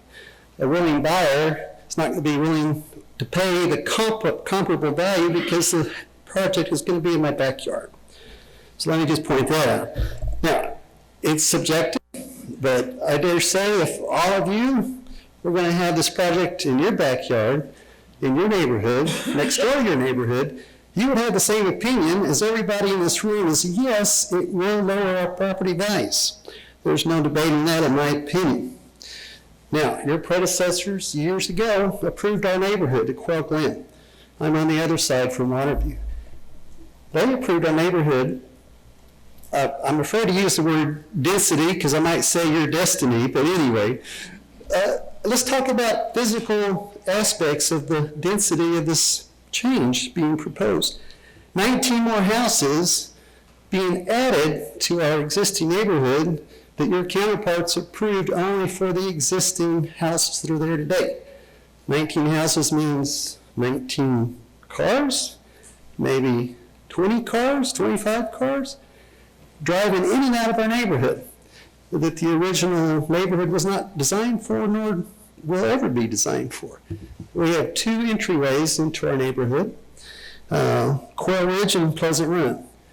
And those 2 entryways are also the 2 exits to our neighborhood. It's a cul-de-sac community. We have no pass-through streets. So 19 more houses, that many more people, that many more cars are going to be passing through the only entrances into our neighborhood and the only exits. All of that, what everybody's been saying about subchapter 77-103, black and white, 19 houses, additional cars are using our neighborhood that was only designed for what it is today. Oh, I'm running out of time. Okay. This project also affects habitat and has environmental concerns. When Waterview went in, I was there before Waterview, raised elevation, we started having flooding down our alleyway. As the neighbors across the street have sent me pictures about. A new development, again, a raised elevation for the obvious reasons. They don't want the water going into Waterview, will be coming down our alley. Thank you very much. Thanks, sir. Next speaker is Kathy Savides. I agree with everything my wife says.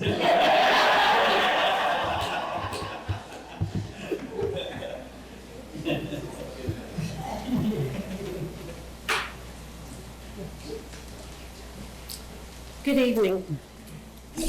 My name is Kathy Sabitis, and I live at 8206 Quail Hollow Court. And I've lived there for 30 years. I've been told not to be personal about any of this, but to be frank, everybody here is personally involved. We raised our children at our address. We have spent 30 years developing our property.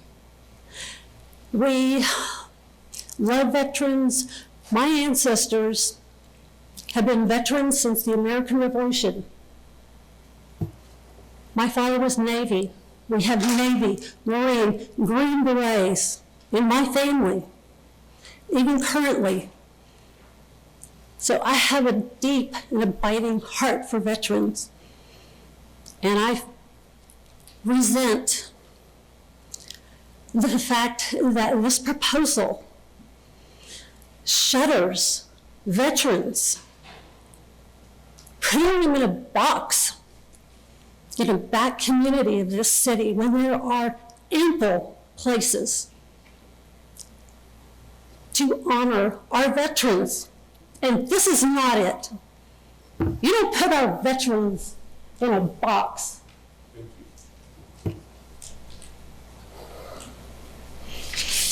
There is no misinformation. This is not a dog and pony show. This is condescension, and this is complete disregard of the citizens who stand before you and say, this is not right. They can't even get the city council on board. And there is no guarantee. It was said that these veterans will have been honorably discharged. Where does that leave us? I don't know. Not in a good place. Should a dishonorably discharged veteran acquire this piece of property? If this is an inaugural proposal for our veterans, then why are they being shuttered from the Rowlett community at large. There's a lot of assumption in this that they will have adequate transportation. What if they don't want to have community meals? What if they don't want to play cards in their little community center? What if they want to be part of the city of Rowlett? I respectfully request the Rowlett zoning board deny and further negate this zoning change issue. Thank you. Next speaker is Jeff Smith.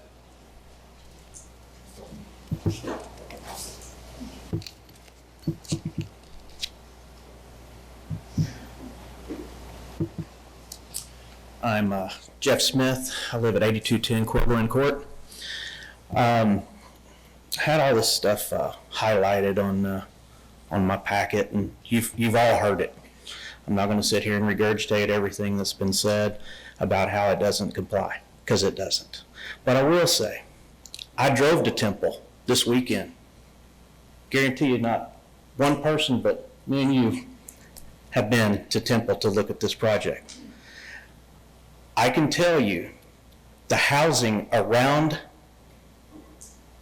that facility, yeah, it's increased in value. It sure has, because every house around it is worth $45,000. I looked it up.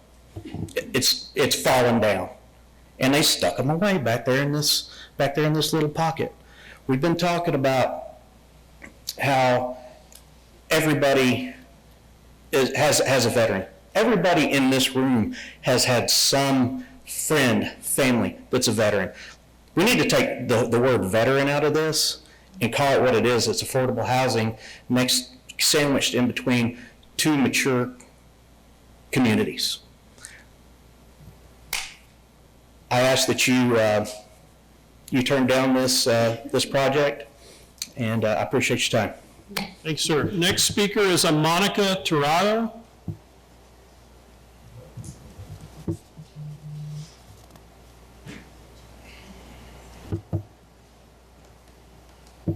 Good evening, my name is Monica Tirado. I live at 8110 Sawgrass Lane, Rowlett, Texas. My property is adjacent to this proposal, so it would be not in my backyard, but directly behind my backyard. And in the conservation of time, I just request that we oppose this. What everybody has said, the zoning, it's just not correct. It needs to stay matching the community, and then we can go forward with this. Otherwise, 19 homes in a tiny space, it's not it's not what's in the proposal, and it's not what we're in agreement with. Thank you. Thank you, ma'am. Next speaker is Edward Tirado.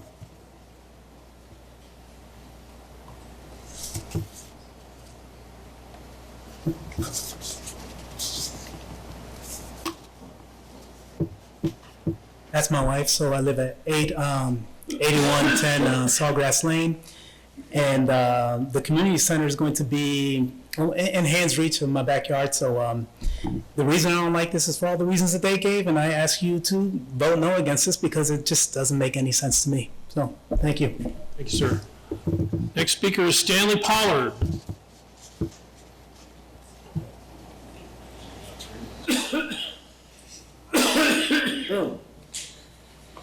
Stanley Pollard, 3110 Sycamore Street here in Rowlett, Texas.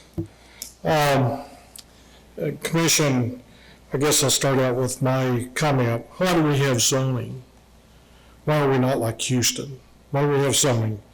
That's because we want some items to be complementary to each other. They fit in. Whatever the zoning is, what goes in next door will fit in with it. It's not tremendously different. This is tremendously different. Much has been said that this is primarily homes for veterans. Like everybody else, I have the highest regards for veterans, but this is the wrong place. Much more conducive places. This is around nowhere. It's not close to stores. It's not close to the Veterans Center. It's not close to transportation, especially if you have some disabled vets with disabilities to get around. Much more conducive would be to put this 2 parcels right across right across the street from the Veterans Center, right near DART. Get some transportation for Veterans Hospital in Dallas or anywhere else. It gets them their grocery stores. That's not a good place. There's places in downtown, the overlay that you can put in veterans housing. Not long ago, there was a couple of homes, 3 homes that were put in just recently in downtown. And I realized they want X number of houses and 2.6 acres, but this is not the right spot. It's just away from everything. And much rather see our veterans somewhere close to where if they need help, health-wise, they can get it. They can go to the Veterans Center and camaraderie. But this just is not the place. Thank you very much. Oh, one other thing, this is by SUP. Once that you have a turnover or 2, there's no guarantees that veterans are going to want to live there. So what do? They're not going to tear down the houses. They'll rent them, or sell them. Pure and simple. Thank you. Thank you, sir. Next speaker is Diane Lemons.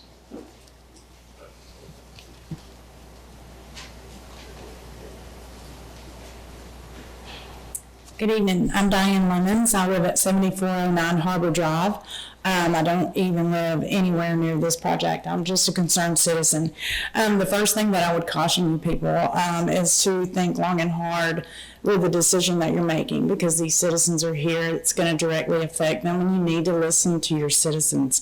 The other problem that I have with this is, first of all, I do love our vets. My dad was a vet. He served in active combat, and so did my brother.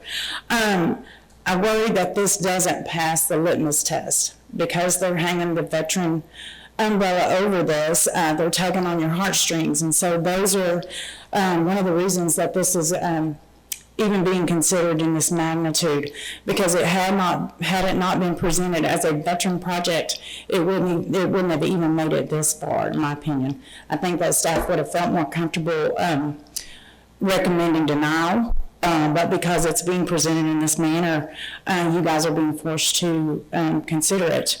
The other thing I worry about is that over time, I don't believe it'll stay a veterans community. I think that deed restrictions can be lifted when someone owns a home much differently than when it's a commercial property. So I worry about that. And the community center that they speak of, in the original presentation at council, it is basically a laundromat. So I think that when you're being presented that this is going to be a place of camaraderie and hangouts, I think they forgot to tell you that they were putting washing machines and dryers in there. That's a big deal to me, because I don't think that that is actually going to be used for what it sounded like it might be. Initially, they wanted the property next to the Fire Station 1 on Miller Road. The city did not believe that was a suitable location. I don't think that this location that's being presented is any different than that location. I don't think it's suitable as well, for all the reasons that you're hearing here tonight. I think that wanting to do something for our veterans is very noble. And honestly, I know that some of our commissioners here tonight are veterans. I think that maybe there's something else we can do, maybe in another location in our community. I just don't believe that this is appropriate. And I think that you really, really, really do owe it to these people that have all come out here tonight to listen to their concerns and make sure that you hear them. Thank you. Thank you. Next speaker is Stephen Camp.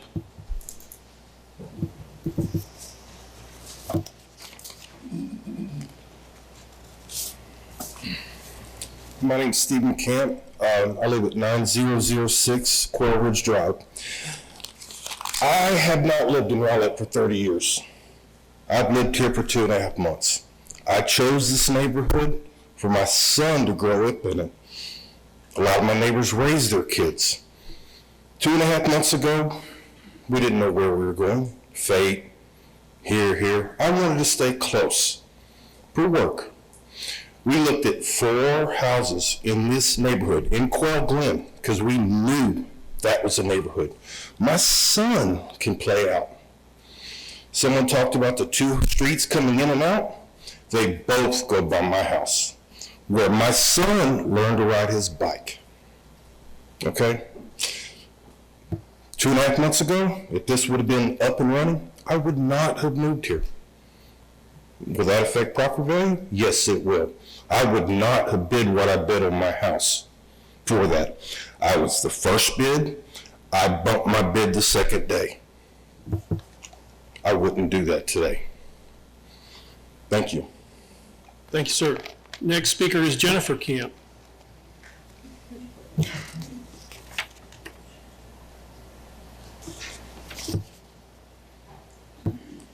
Hello, you already got my name, Jennifer Camp. I'm at 9006 Quail Ridge Drive in Rowlett.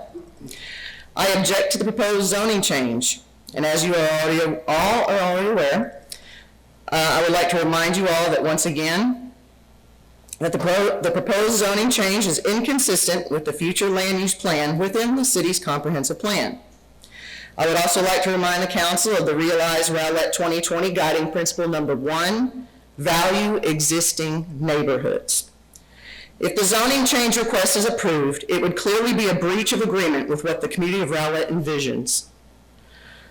So I just want you to know that I feel it's the duty of everybody here to uphold the community's expectations. Please, I urge everybody to vote no on this. Thank you. Thank you, ma'am. Next speaker is Joni Skoglund.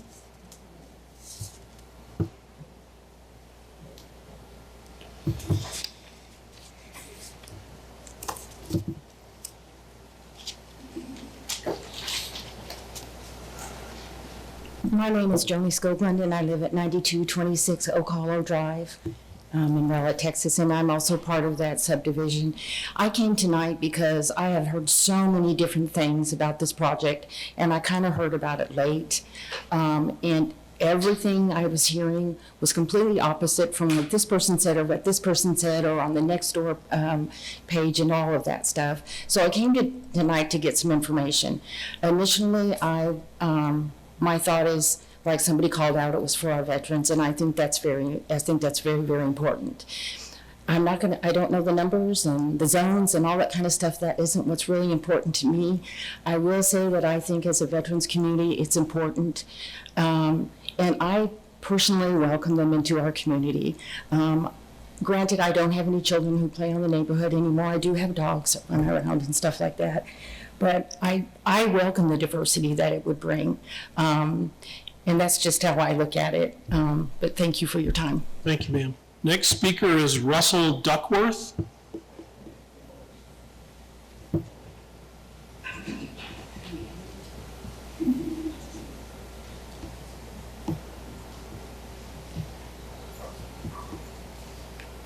I didn't want to do anything terribly. Sorry, Russell Duckworth, 9206 Pheasant Run Drive. I don't want to do anything too extemporaneous, but I think I will summarize what I've heard a lot of people say, and that is, you can be a patriot and be for or against this. And I'm grateful and thankful for y'all's service. And just to say that I'm thankful that I live in a country where we've got the ability to stand up and say, I don't agree with this, and I don't agree with this. The proposed development is simply not to the standards of any adjacent existing development. That in itself is enough to warrant denial of the request. Moreover, we were told on the 7 p.m. call last Friday that the city of Garland had offered space to Habitat, but it was not desirable to Habitat. This is perhaps more disturbing since they are now engaged in a process that is less than desirable for our neighborhood, not because of the proposed occupants, but simply because it has a negative impact on the existing development. You can say this is debatable, but perception is reality, and if prospective homebuyers in our neighborhood do not believe that a pocket neighborhood increases the value of properties, then perception becomes reality. No one on this committee, nor Habitat for Humanity of Garland, is willing to guarantee that this development will do no harm to our property values. Habitat is attempting to create artificial demand for a community in a place where we have chosen to live, but the truth is that Habitat's target residents will move wherever that development is. There are better development locations in Garland along dark service lines that could actually see benefits from a development of this kind. I suggest that the developers find a location where there is overwhelming support for this project, even if it means postponing their celebratory build event that has already been planned in advance of any approvals. If you want to plan a dance on someone's grave, you might wait for their passing. The current zoning is appropriate and should not be changed. Commission members, put yourself in our place and ask if this were something that would happen in your front yard as it will in mine, what would you do in our place? Thank you. Thanks, sir. Next speaker is Carol Peterson.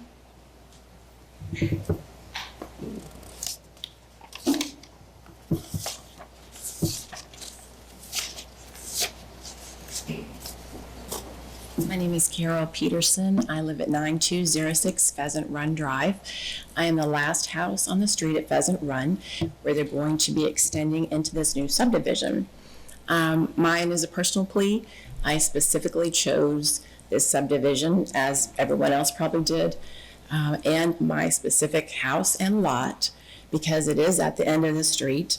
I have a 6-year-old daughter, single mother, thought this was a safe place, never ever envisioned that we would have a whole new subdivision coming through the middle of our subdivision.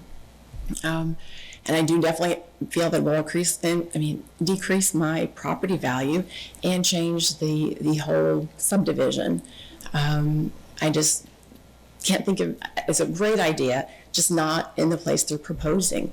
Surely there's got to be a place that would be a better fit for this. Thank you for considering that. Thank you, ma'am. Next speaker is Randy Patrick.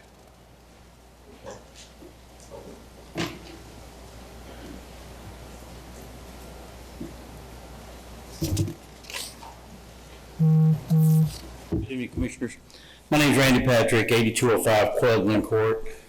And there's a few things that was said earlier tonight on the, they were salesmen, and they did a good job selling it. However, this is our community, not Rich's, as he put up there, that he wanted to change our community. We don't want our community changed on this. Does anybody know what a DD 214 is? DD 214, there's 3 ways to be separated from the military. One is honorable under medical, one is dishonorable. The dishonorable ones do not qualify for anything under the VA. Just letting the panel know about that. If it does pass, the roads that go in there, can a fire engine get around there? Because you've been down any street in Rowlett, they park on the roads, not their driveways. Can a fire engine get down through there on those corners? I don't think so. So, thank you guys. Thank you, sir. Next speaker is Matthew Wilson.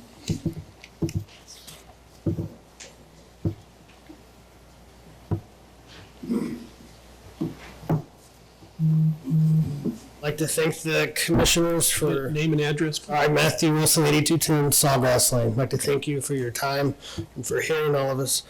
I'd also like to thank Mr. Bouquet for giving me this opportunity to get involved in local government. We moved to Rowlett 13 months ago. I have an 11-month-old son. It's been a busy year. We plan to stay here for the foreseeable future. My wife teaches in Garland ISD, and while certainly open to the development of the lots behind us,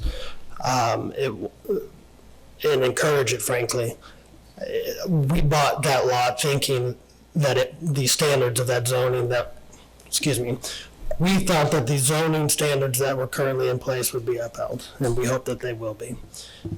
I agree with a lot of what was said, so I won't rehash it, but I did give Ms. Nix some paperwork before I got here or showed up.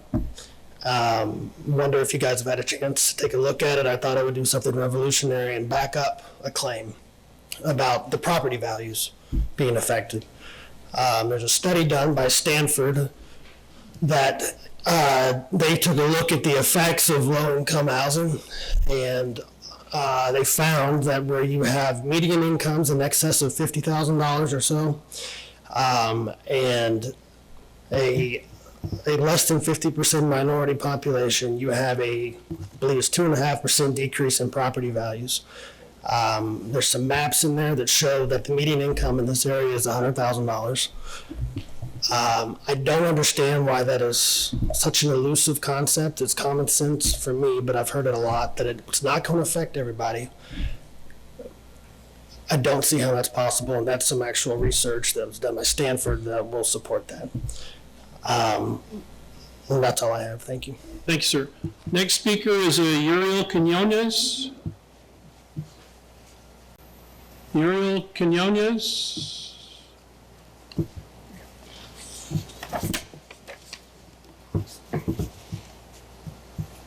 Good evening. J. Uriel Quinones II, 8110 Southwest Lane. The property that we're talking about tonight is right behind my property, which I bought with my daughter and son-in-law, putting a lot of my retirement money into it. Just to give you a little bit of background, I am an honorably discharged Vietnam-era U.S. Air Force Sergeant. And I am all for getting this kind of complex going in place.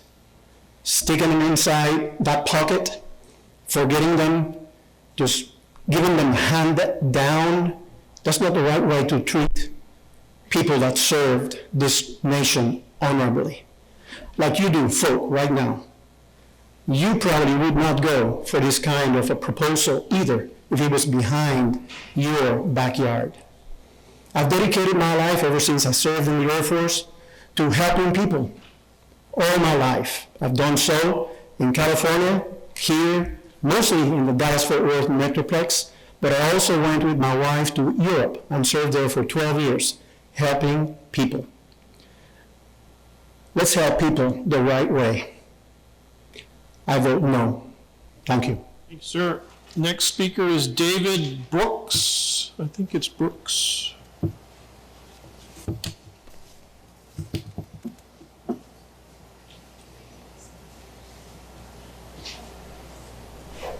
Thank you. David Brooks, 8006 Edenmore Lane, Rowlett, Texas. 19-year resident of Waterview. I lived on Sawgrass and Edenmore. My house on Sawgrass backed up to where this the proposed development is.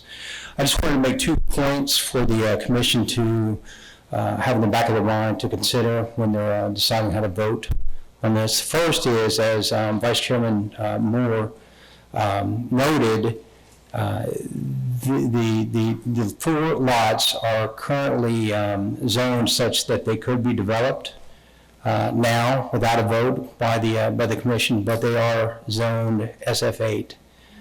So they couldn't be developed.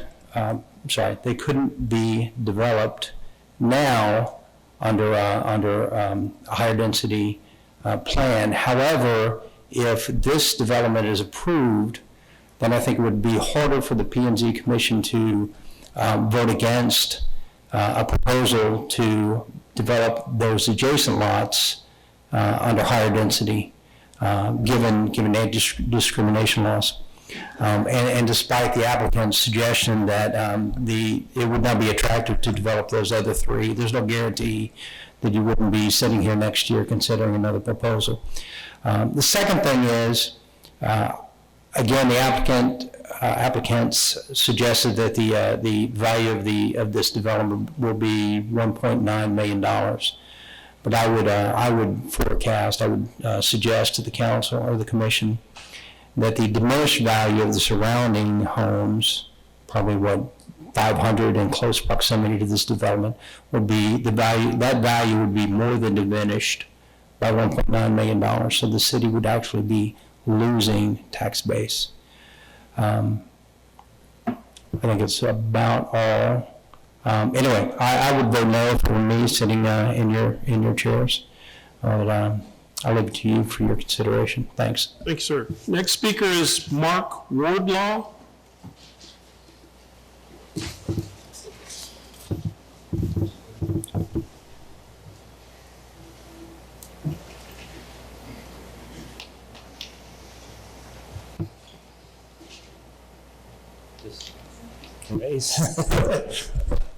I'm a little tall.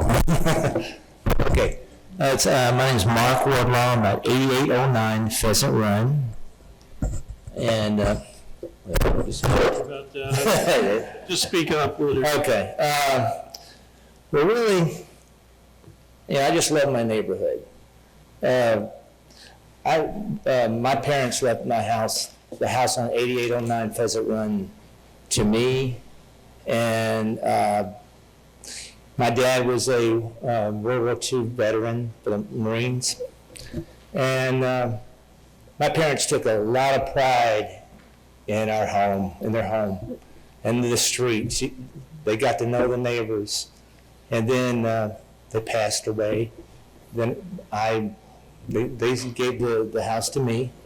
And I have had so much joy to live there. But I know my parents would be proud of what I've done to the house and everything in the neighborhood.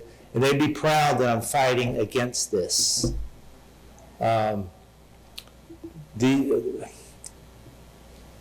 Really, nobody has the right to come in your backyard and change things. We have got a great thing. Our neighbors are wonderful. They're very friendly. You just walk down the street, walk your dog or something, they say hello. The kids can play in the street, basketball or what. They don't have to, right now we don't have to worry about 1,000 cars coming down the road and all that. It causes chaos and possibly crime. We know that our property value will go down, and it's inevitable, it will. And so the proposed rezoning of the subject property does not correct an error or meet the challenge of some challenge of changing conditions, fact or trend.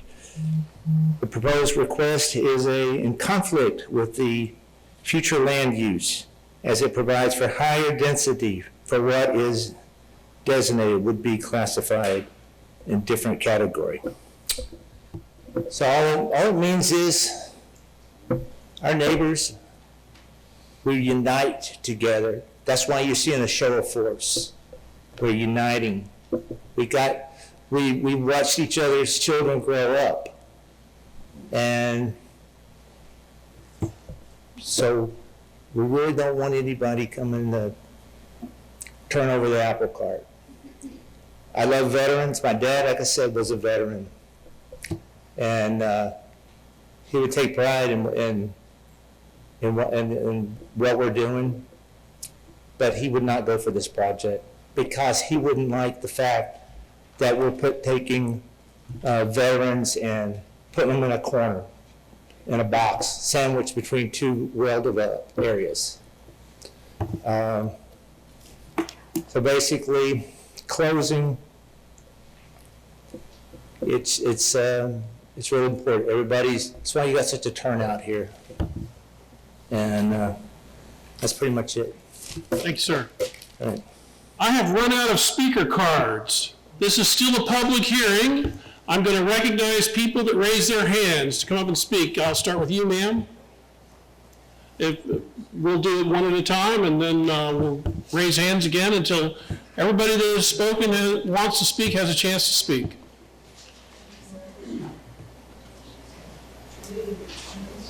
Thank you for your time. I'm Desiree Poor. I live at 8101 Sawgrass Lane. And first off, I'd like to say thank you very much for hearing us out today. I know that this is long, so I won't repeat a lot of the things that have been said, but as a business owner and somebody who's involved in humanitarian efforts and missions, the framework for poverty and development of socioeconomic status is really important when we consider this. I think it's telling that we don't have a definition of what a veteran is. We don't have anybody on the board. And then we have not considered that there's more to veterans when they come back than there there is just the building of their homes. We need to consider the economical standpoint, the social standpoint, the medical resources that we need, and the support to give them what they need. You've heard it across the board, and I'm sure that we all feel the same way, but it is important to honor the men and women who come back to us, and we owe them a great debt of gratitude. And to do that, it takes more than just building a house. It takes a framework, and it takes intentional planning and integration into that. And so I will support what many people have said. There are people far smarter about home values and what that means to our relationships. But I'm here to tell you, as a social set and to take care of the people, this is a great plan. And I've worked with Habitat for 20 years as a volunteer and worked with them across the United States. It's a great program. I'm not discounting that at all. But what I am saying is there's a whole lot more investment and intentionality that needs to come and needs to be thought of before we do that. This is not a place that's set up with resources that are nearby, with medical resources. There's not a social development plan of how we're going to get them counseling if we need that, or to make sure that we continue to care for all of the aspects of coming home. And so there are far better places in the area that are trying to serve veterans' needs.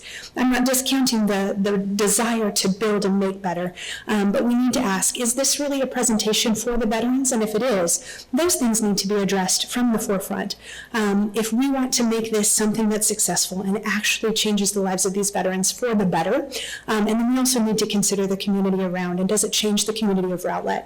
I've been impressed. I've lived here for 6 years. I went through the tornado and watched people come together. This is a great community. It's a great place to live. And so I have no doubt that as a city, we will do the best for not only the current residents, but for also the people that we're trying to bring home and take care of them. So I greatly appreciate you hearing us out, but let's not just stop at building a house. If this truly is a veteran project, let's make it a good one. Thank you very much. Thank you, ma'am. All right, hands, yes, ma'am, with the blonde hair in the back. Oh, thank you for the blonde. There you go. Some people say it's gray. Right. It used to be blonde. Well, whatever color. And I did turn in a card. One of the first people. I'm Vicki Nelson.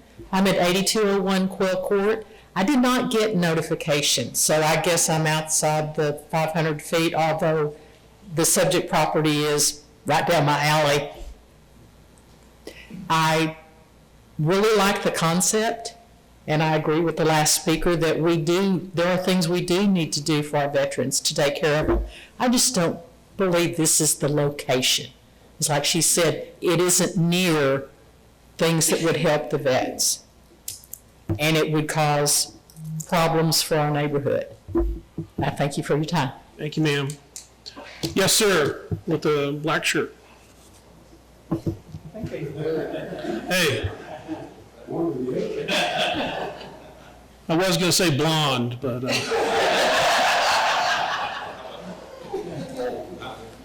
I filled out a card also. I live in 8102 Wexford Lane. And your name, sir? And my name is Kent Jones. That's on the northeast corner, 7.6 feet from one of the houses. And I was the third person to live on that street in Waterview in association when they were, what was it called, Sector 5, of the Waterview home. The neighborhood has flooded probably about 5 times since 2000. And this neighborhood sits above the building area where this is plotted. My backyard is about 1 foot higher. So there's always been water back in that area. They're gonna have a big problem getting the water out of there. I had water standing in my backyard for years. I had to use a lawyer to sue Hawthorne's in order to get them to correct the water drainage problem. And that's one of the issues I got. The other issue is that Handy Ride does not pick up north of Princeton. So nobody can get a ride to a store, to the doctor and back if they're disabled vets. So that's one thing to consider unless they change that law. They don't pick up in Waterview if you're north of Princeton. The other thing is, I looked at this and went to and looked at what the SS5 was as far as the zoning change. And from what I hear, and the more I hear, the less I like. You're telling me that SF5 zoning it's going to be an SF4.5, which is a zoning you don't even have. So I'm totally against it, and I think that they used the word veteran in order to make everybody think it was like puppies and kitties. Everybody likes puppies and kitties. Thank you, sir. I'm working my way this way. So you, sir, with a beard right in the front, with a gray shirt, and the sunglasses on your head.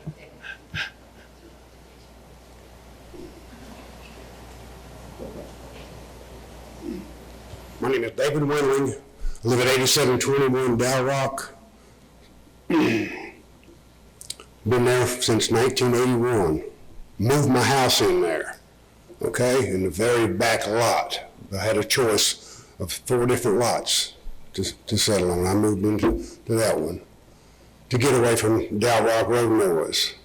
Liberty Grove was not a problem at the time. Of course, it's not that big a deal now either. But the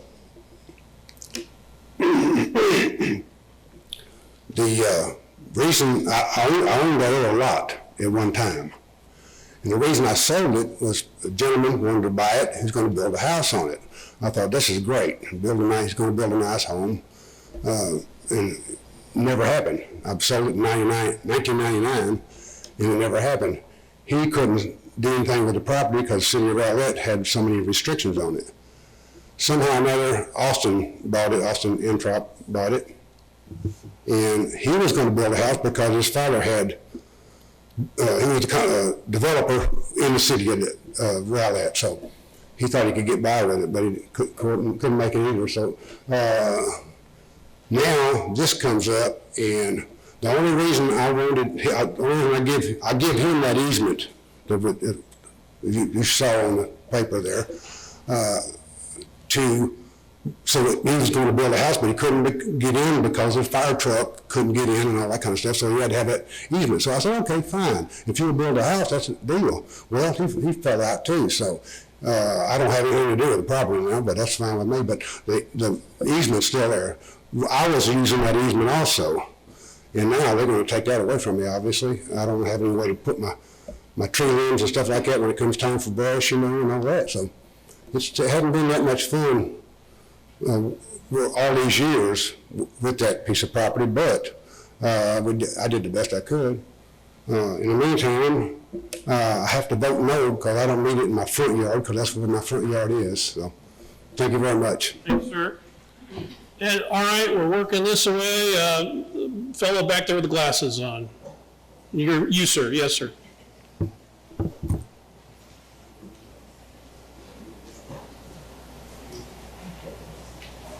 Terribly sorry I didn't give you a card. My name is Jeffrey Owens. I live at 8013 Stonehaven Lane in Rowlett. So I'm a 3rd generation veteran. My grandfather served in World War II in the Army Air Corps. My father served in Vietnam, and I served in the Gulf War. So I have no problems with veterans. I think they certainly deserve a place. I just don't agree with the specific location of this particular place. I've also worked with my company in Habitat for Humanity and built 4 homes thus far in the last 5 years. So I feel I understand how Habitat works. I understand what kind of homes they are and the quality that they build. However, one of the things that is a stipulation that I have a problem with is the specific thing that's even listed on the screen right now as a resolution. It says that we're looking at changing SF8 district plan to an SF5. But what we're actually talking about is even exceptions to what is the straight SF5. So I'd like to call attention to the actual specific deviations or waivers that have been requested by the applicants. And that is the actual change from a 2-story to a 1-story, a 100% masonry to a 100% vinyl siding, the change in the waiver to entryway landscaping, the change to the actual density has been beat to death thus far this evening. Where you're going from a straight of a 514 unit per acre to an 857 per acre, a 1,500 square feet to a 1,000 square feet minimum dwelling size, Obviously, the lot width has changed, the front setback has changed. Well, there is one coinciding one. Maximum lot coverage is 75%, that's good. But the rest of them are almost completely and totally requests for waiver from what is the SF5 straight. So less than our reason that I'm opposing this particular request from the applicants, and I hope you consider my consideration as well. Thank you very much. Straight back with a green shirt, I believe.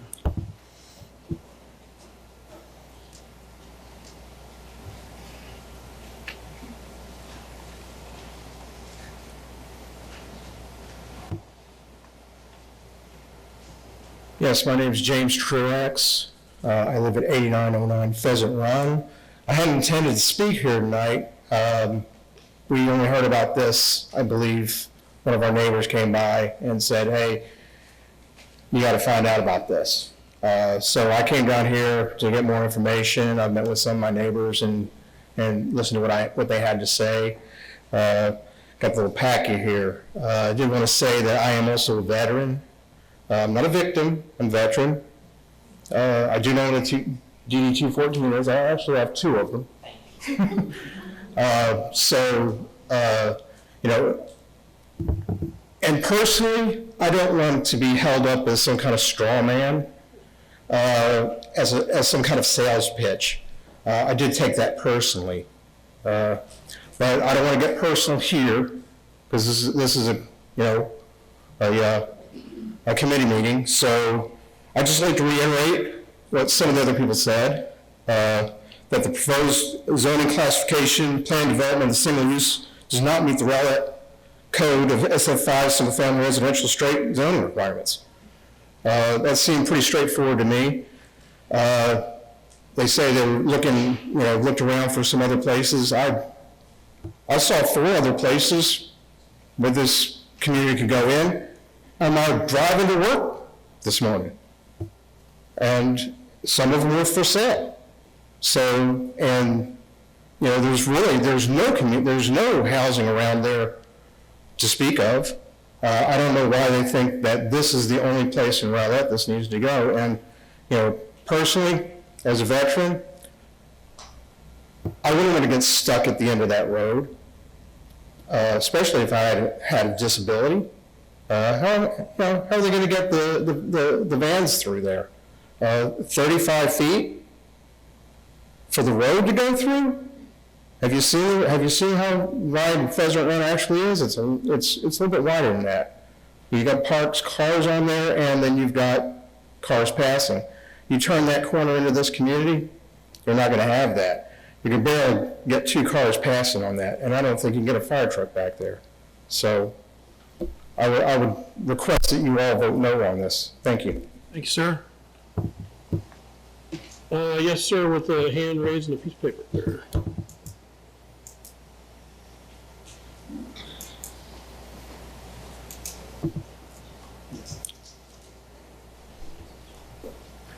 Tom Simon, 9005 Quail Ridge. So I live on the corner where Pheasant Run and Quail Ridge come together. First of all, I want to thank you guys for listening to this for the last 2 hours. I see all of you paying attention, and that's phenomenal. Thank you very much for that. I was a veteran United States Marine Corps.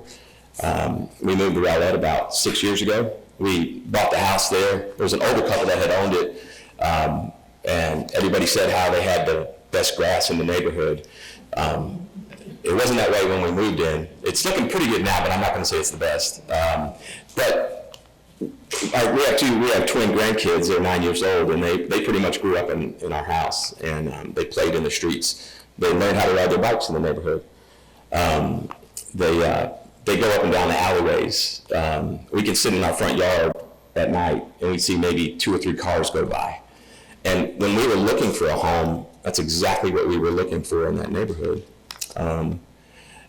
We never knew what the big field was back there. Matter of fact, until we got that letter in the mail from Rowlett the other day, we didn't even really know that it could be zoned for anything else, you know.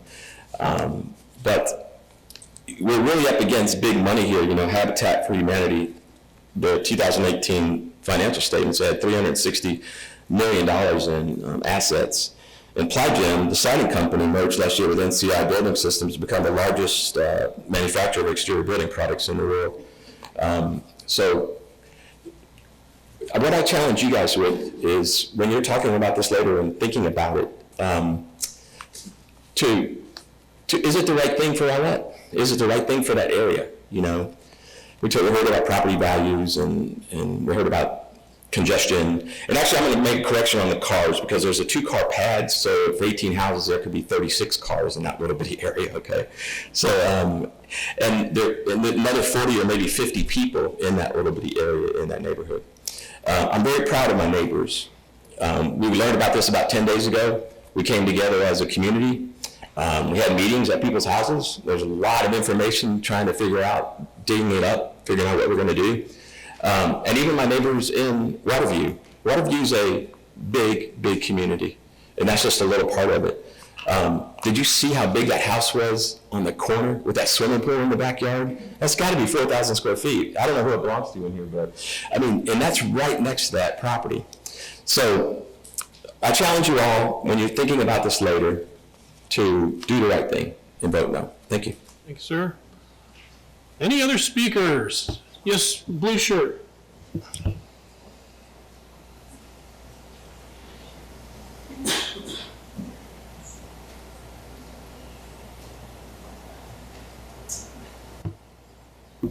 Hi, my name's Frank Akery. I'm at 8910 Quail Ridge Drive. I've been there 8 years. I moved out of a small condo, okay, to get into a neighborhood. And from what I understand, I mean, the condo I lived in was about 1,000 square feet. That's what we're getting back in our neighborhood. One other thing, I've been in the home improvement business since the 70s.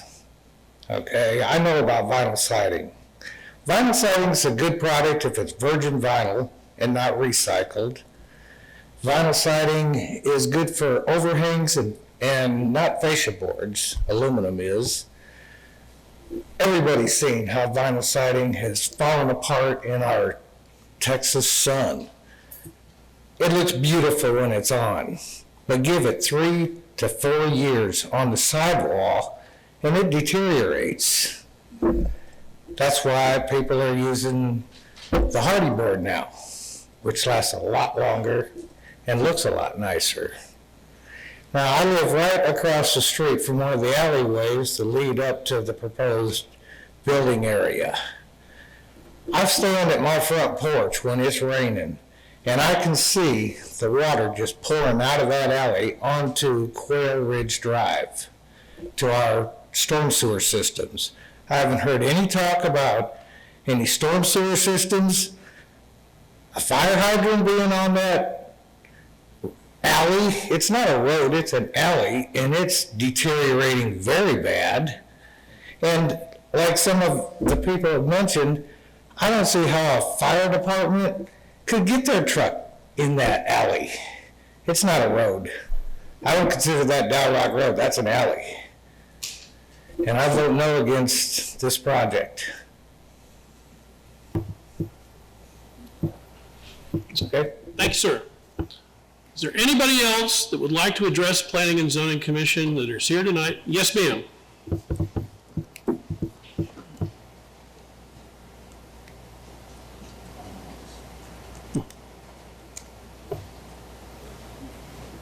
Pam Peavy, 8202 Lighthouse Drive. And I also didn't receive anything in the mail, but my neighbors saw me. I want to say that Habitat for Humanity is a wonderful business, but it is a business. And like they said, they couldn't make money if they didn't build as many houses in such a small area. And I love veterans, and I've worked with some veterans. And I know that when they think that we're really helping this wonderful little couple, but in reality, in some reality, not all reality, some of the veterans I work with, their families take advantage of them. There may be 10 people living in the house, but the veteran may own that house, but who's to say how many are going to live there? And like they go to the nursing home and they still live in their house, but the veteran really doesn't live in the house, but they're getting their checks and they're doing all this stuff. So we don't know what we're getting. That's kind of my point. And to just use a veteran as an advertising tool. Need to. It was disrespectful to just use veterans and you have no criteria, just they're a veteran. I think that's wrong. You don't really know what you're getting because there's nothing. You know, we think it's going to be great, but you don't know because I've seen it. What goes on in some of these families that take advantage of it. That's all. Thank you, ma'am. Any other speakers in the audience who'd like to address the Planning and Zoning Commission on this agenda item? Seeing none, I will close the public hearing at this time. And right now, I'd like to recognize Ms. Maladad from the Planning Department. Thank you, Chairman Mosley, commissioners, and obviously members of the audience. Thank you for staying up so late and providing your input. Wanted to provide some clarification as it relates to the land use analysis report that staff prepared and authored. And want to qualify a few statements. The first is absolutely the proposed request is not consistent with the future land use plan, which is a component of the comprehensive plan. And the reason that it's not consistent is because of the density, and that has been quoted there. The comprehensive plan recommends low density residential development. So that being said, the request before us tonight is for a planned development district to have criteria of base zoning for the single family 5 district, which again enables the slightly higher density. In terms of the request, the applicant had cited some setbacks which are relatively consistent with. They are requesting 5-foot setbacks for their building from their property line, but I believe in the presentation it was quoted to be 7.5 feet based on the presentation that was presented. So that being said, we do, you know, from a land use analysis perspective, one of the elements that was striking was the fact that the comprehensive plan has a goal, and one of the goals for that plan, which is goal 5, is to provide housing that supports various lifestyles and population demographics within the community. So again, full knowing that perhaps there is lack of consistency or compatibility with the low density component, the use itself is an appropriate use and it does meet one of those goals. However, the request before us tonight is for a planned development district, which gives the Planning and Zoning Commission the opportunity to evaluate the associated conditions. And when I refer to those, I'm talking about density, I'm talking about garages, the waiver for alleys, the setbacks. And it's through this conversation and this discussion as it relates to the recommendation and way forward to assess now from a density perspective if the density was perhaps lower, and from a staff analysis perspective, then perhaps the request would be far more palatable. So those are the elements that have been introduced into this report and have also been discussed with the applicant. So that being said, as it relates to the building materials, there was question regarding the building materials. The applicant can choose to alter those building materials and condition them within this request, within their request for a change in zoning. Another caveat that was brought forward by the applicant was deed restrictions, and I just wanted to clarify as we then have this future discussion, are the deed restrictions. Deed restrictions are not enforced by the city, they're indeed just purely enforced by the property owners. So that being said, tonight, before the Planning and Zoning Commission has an opportunity to review and assess these conditions and further condition them. Yet from a staff perspective, absolutely the use is permitted, absolutely the density is not complementary of the low density in the area. And so those are the 2 recommendations that come forward. Thank you, Chairman Mosley. Thank you. Commissioners, this is time to discuss this agenda item. We'll open the floor for discussion, and I think I will start with Mr. Englund. Comments, discussion. I did have a chance to drive over there today and take a look at the property. And, my first thought was, it was hard enough to find. And, there was a lot of cars parked out there. I actually went over there twice, spent some more time there today, and had actually a chance to talk to a couple of the residents and just kind of getting some feedback from them. But when I looked at the property, it's unusual, it's different, and it's between 2 houses. And I started thinking, well, is this property going to be used for a bigger development or not? I know everybody says that, this is a nice neighborhood, but eventually, whatever direction we go in tonight, if there becomes more construction and building, there is going to be considerably more traffic that comes in.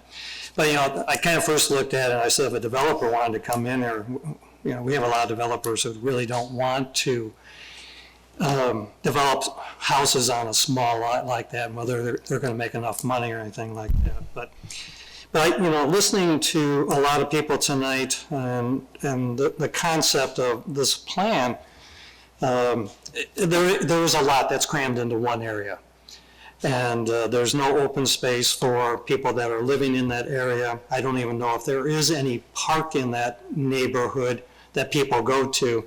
But some of the other things that I am concerned about is with regards to the location for veterans getting to a number of their hospital calls or wherever they have to. Now, I'm not certain if we're looking more at younger families or older families or people that have just gotten out of the service and trying to get them established. And I think that's, we're always trying to help out by having some lower cost housing for people to get going. I do have concerns, again, I said about park space in that area and about the exterior of the house. Trying to at least conform with the other homes that are in that area. Ms. Estevez?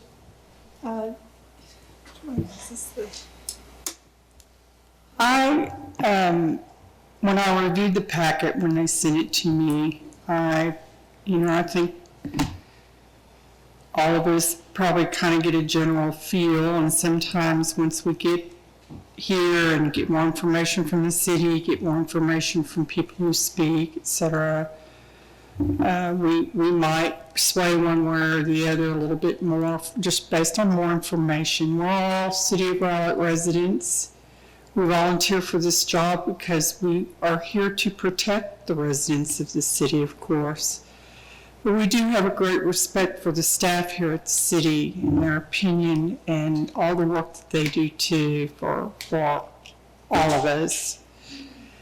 And when I first looked at this, and I was in land development for many years, my initial thought, which has proven to be true based on all the other information that I've received tonight, not only from you all and residents, but from the city, is that this is probably not the best place for this type of development. I think, I remember a recent road trip, I was looking out at all the land thinking, who owns all this land that I'm driving by, There's still a lot of land available.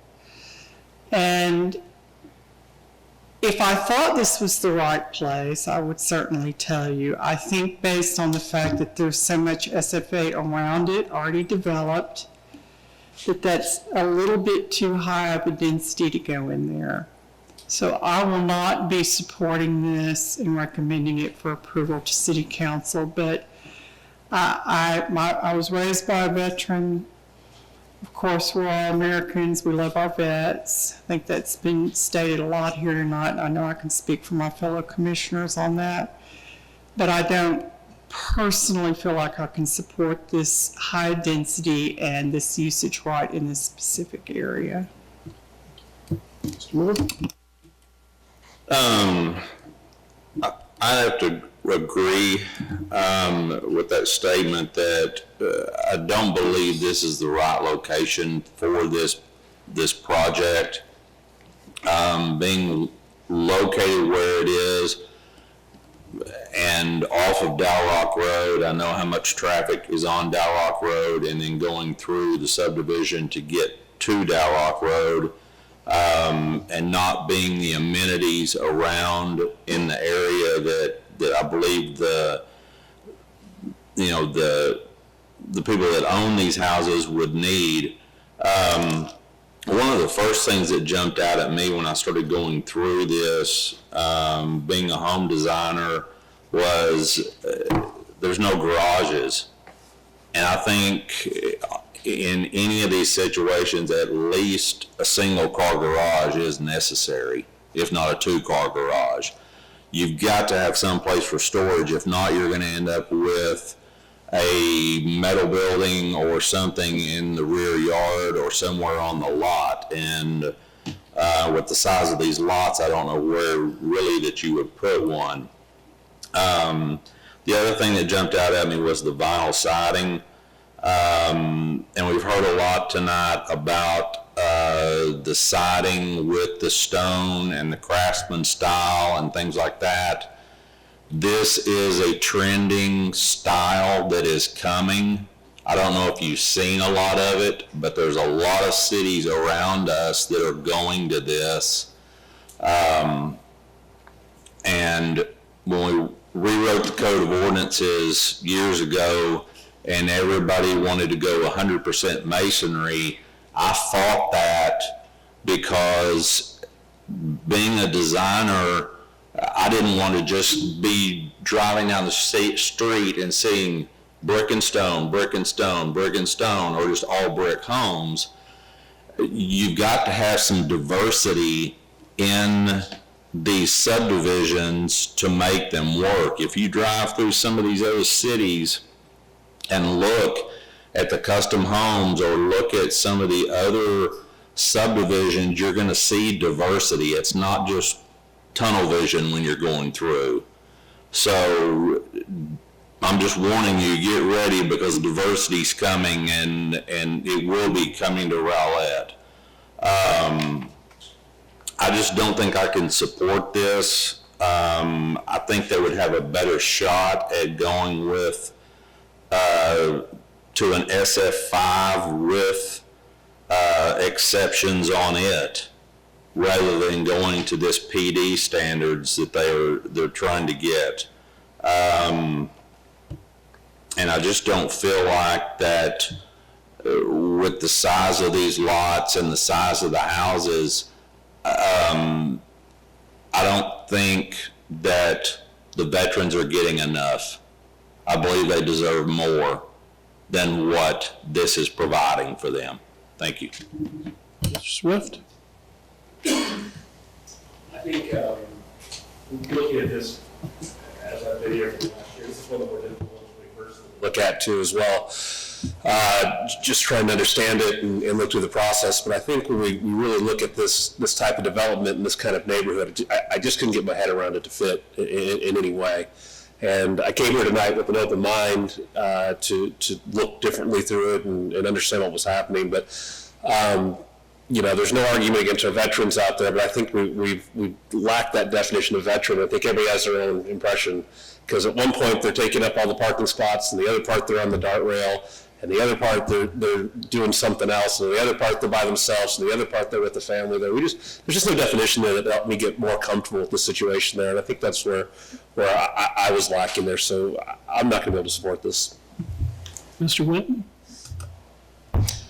Yeah, first of all, it is refreshing to come and see a room full of citizens that come out here versus the times when we have just sometimes an empty room to speak to. It's great to have the feedback, you know, as we, particularly myself, we volunteer for this, as it was stated, to help protect where we want the direction of the city, and you know, and I take a lot into consideration, because really, in a sense, it is a representative of the voice of those in Rowlett, and you know, not my neighborhood, but I have to definitely take a lot of weight in what was said, and I do appreciate the comments, because the ones in the neighborhood are the ones that's going to have to live with the decision, and that's in my opinion very vital to what goes on. Definitely a united front from that. You know, on the other hand, there is, as it said, veterans, many different definitions of that, and you know, and I do take it personally if anybody questions my commitment to veterans, regardless of the decision I make tonight. We all have veterans in here. I'm no exception. I've got veterans in my family as well, and I wholeheartedly support the veterans. There's great projects of Habitat for Humanity. I've seen those, I've seen the works for that. Also know from the time on the P&Z that there's been a tremendous amount of work put into the comprehensive plan for the city as far as what direction that we want to go. And this, in my opinion, does take a lot away from that. It's a great variance from that direction. So, you know, as I take all that in here, especially feedback tonight, I cannot support this. Mr. Kotag? First, I'd like to go ahead and applaud the citizens for coming out as a community and voicing your opinion. We really appreciate that input. Second, as far as the comprehensive plan is concerned, you know, one of the goals we say is to provide housing that supports a various lifestyle and population demographics within the community. And to be honest with you, veteran, I don't think is a demographic, because a veteran, you can have all different age groups, you can have all different occupations, you can have all different incomes, so you can't really say that a veteran is a demographic that you need to target for low-income housing, okay? Secondly, I am a veteran, I'm a retiree, so there shouldn't be any question out there as far as whether or not I support veterans or not. I do, I am one, okay? And this project really, to me, demeans what you're saying you think of a veteran.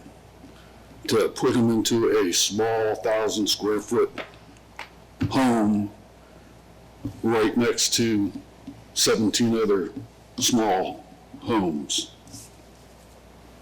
I don't think that this is the right project at all for veterans. I don't think it's in the right spot, and I will not be supporting it. Thank you.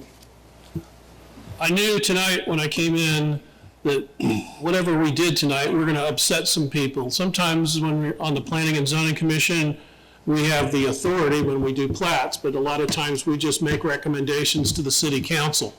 Doesn't make it any easier, especially when you have a large crowd here. You know, there might be the impression that we're playing to the crowd if we agree with you or don't agree with you or whatever, because we represent not just you, we represent the homeowners around this property that aren't here tonight. We represent the people watching on television tonight that live in our city, and everybody else, every citizen in this city that's covered under our comprehensive plan, our Rowlett Development Code, and everything else. When I looked at this project, the first thing I looked at was the compatibility with the other neighborhoods, not necessarily because of the veterans thing or the Habitat for Humanity thing, but just was it compatible?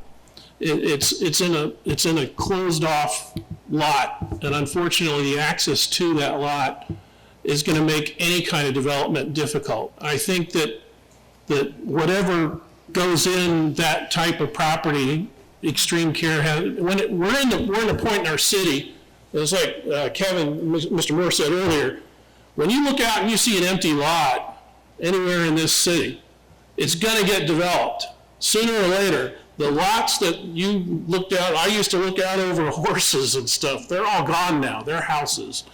But what our job here is to make a recommendation to City Council that our city develops correctly. So when I first looked at this, I looked at the development, is it compatible? And I don't think it is. The Habitat for Humanity aspect of this, I salute that organization because I do think they do a good job, and I think that there is a place for that. There may be a place for that in this city. I don't think particularly it's this particular lot.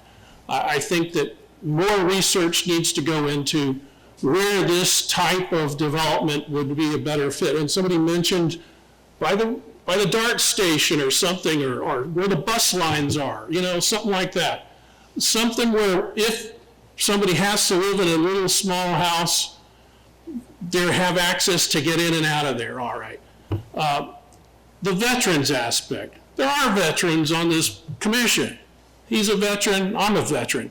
So it's tough if you come up here and you're voting one way or another against people to perceive, is it in need, or am I blindsiding my brothers. Another thing I want to mention too is sometimes, you know, I want to salute the work of our planning and staff of the city who works very hard to present these things to us. And it's a tough row to hoe for them because, you know, our city government, we don't want to come across as being against veterans. Nobody does. So there are some tough decisions to make. Looking at this entire project in its entirety, I will not be supporting this recommendation to the city council for rezoning. And I think that in the future, maybe there could be some other aspect, similar type project in a different location. I don't want to discourage you from trying that, but I will not be supporting this particular project. That said, I think everybody's had a chance to discuss the issue. I believe I am ready for a motion. Mr. Cote. I'll make a motion to disapprove. We have a motion to disapprove the recommendation to the rezoning. We have a second from Mr. Engen. Any discussion on the motion? A vote yes is a vote to disapprove. Is everybody clear? Let's take the vote. That item carries unanimously, and we're adjourned. Thank you very much, ladies and gentlemen.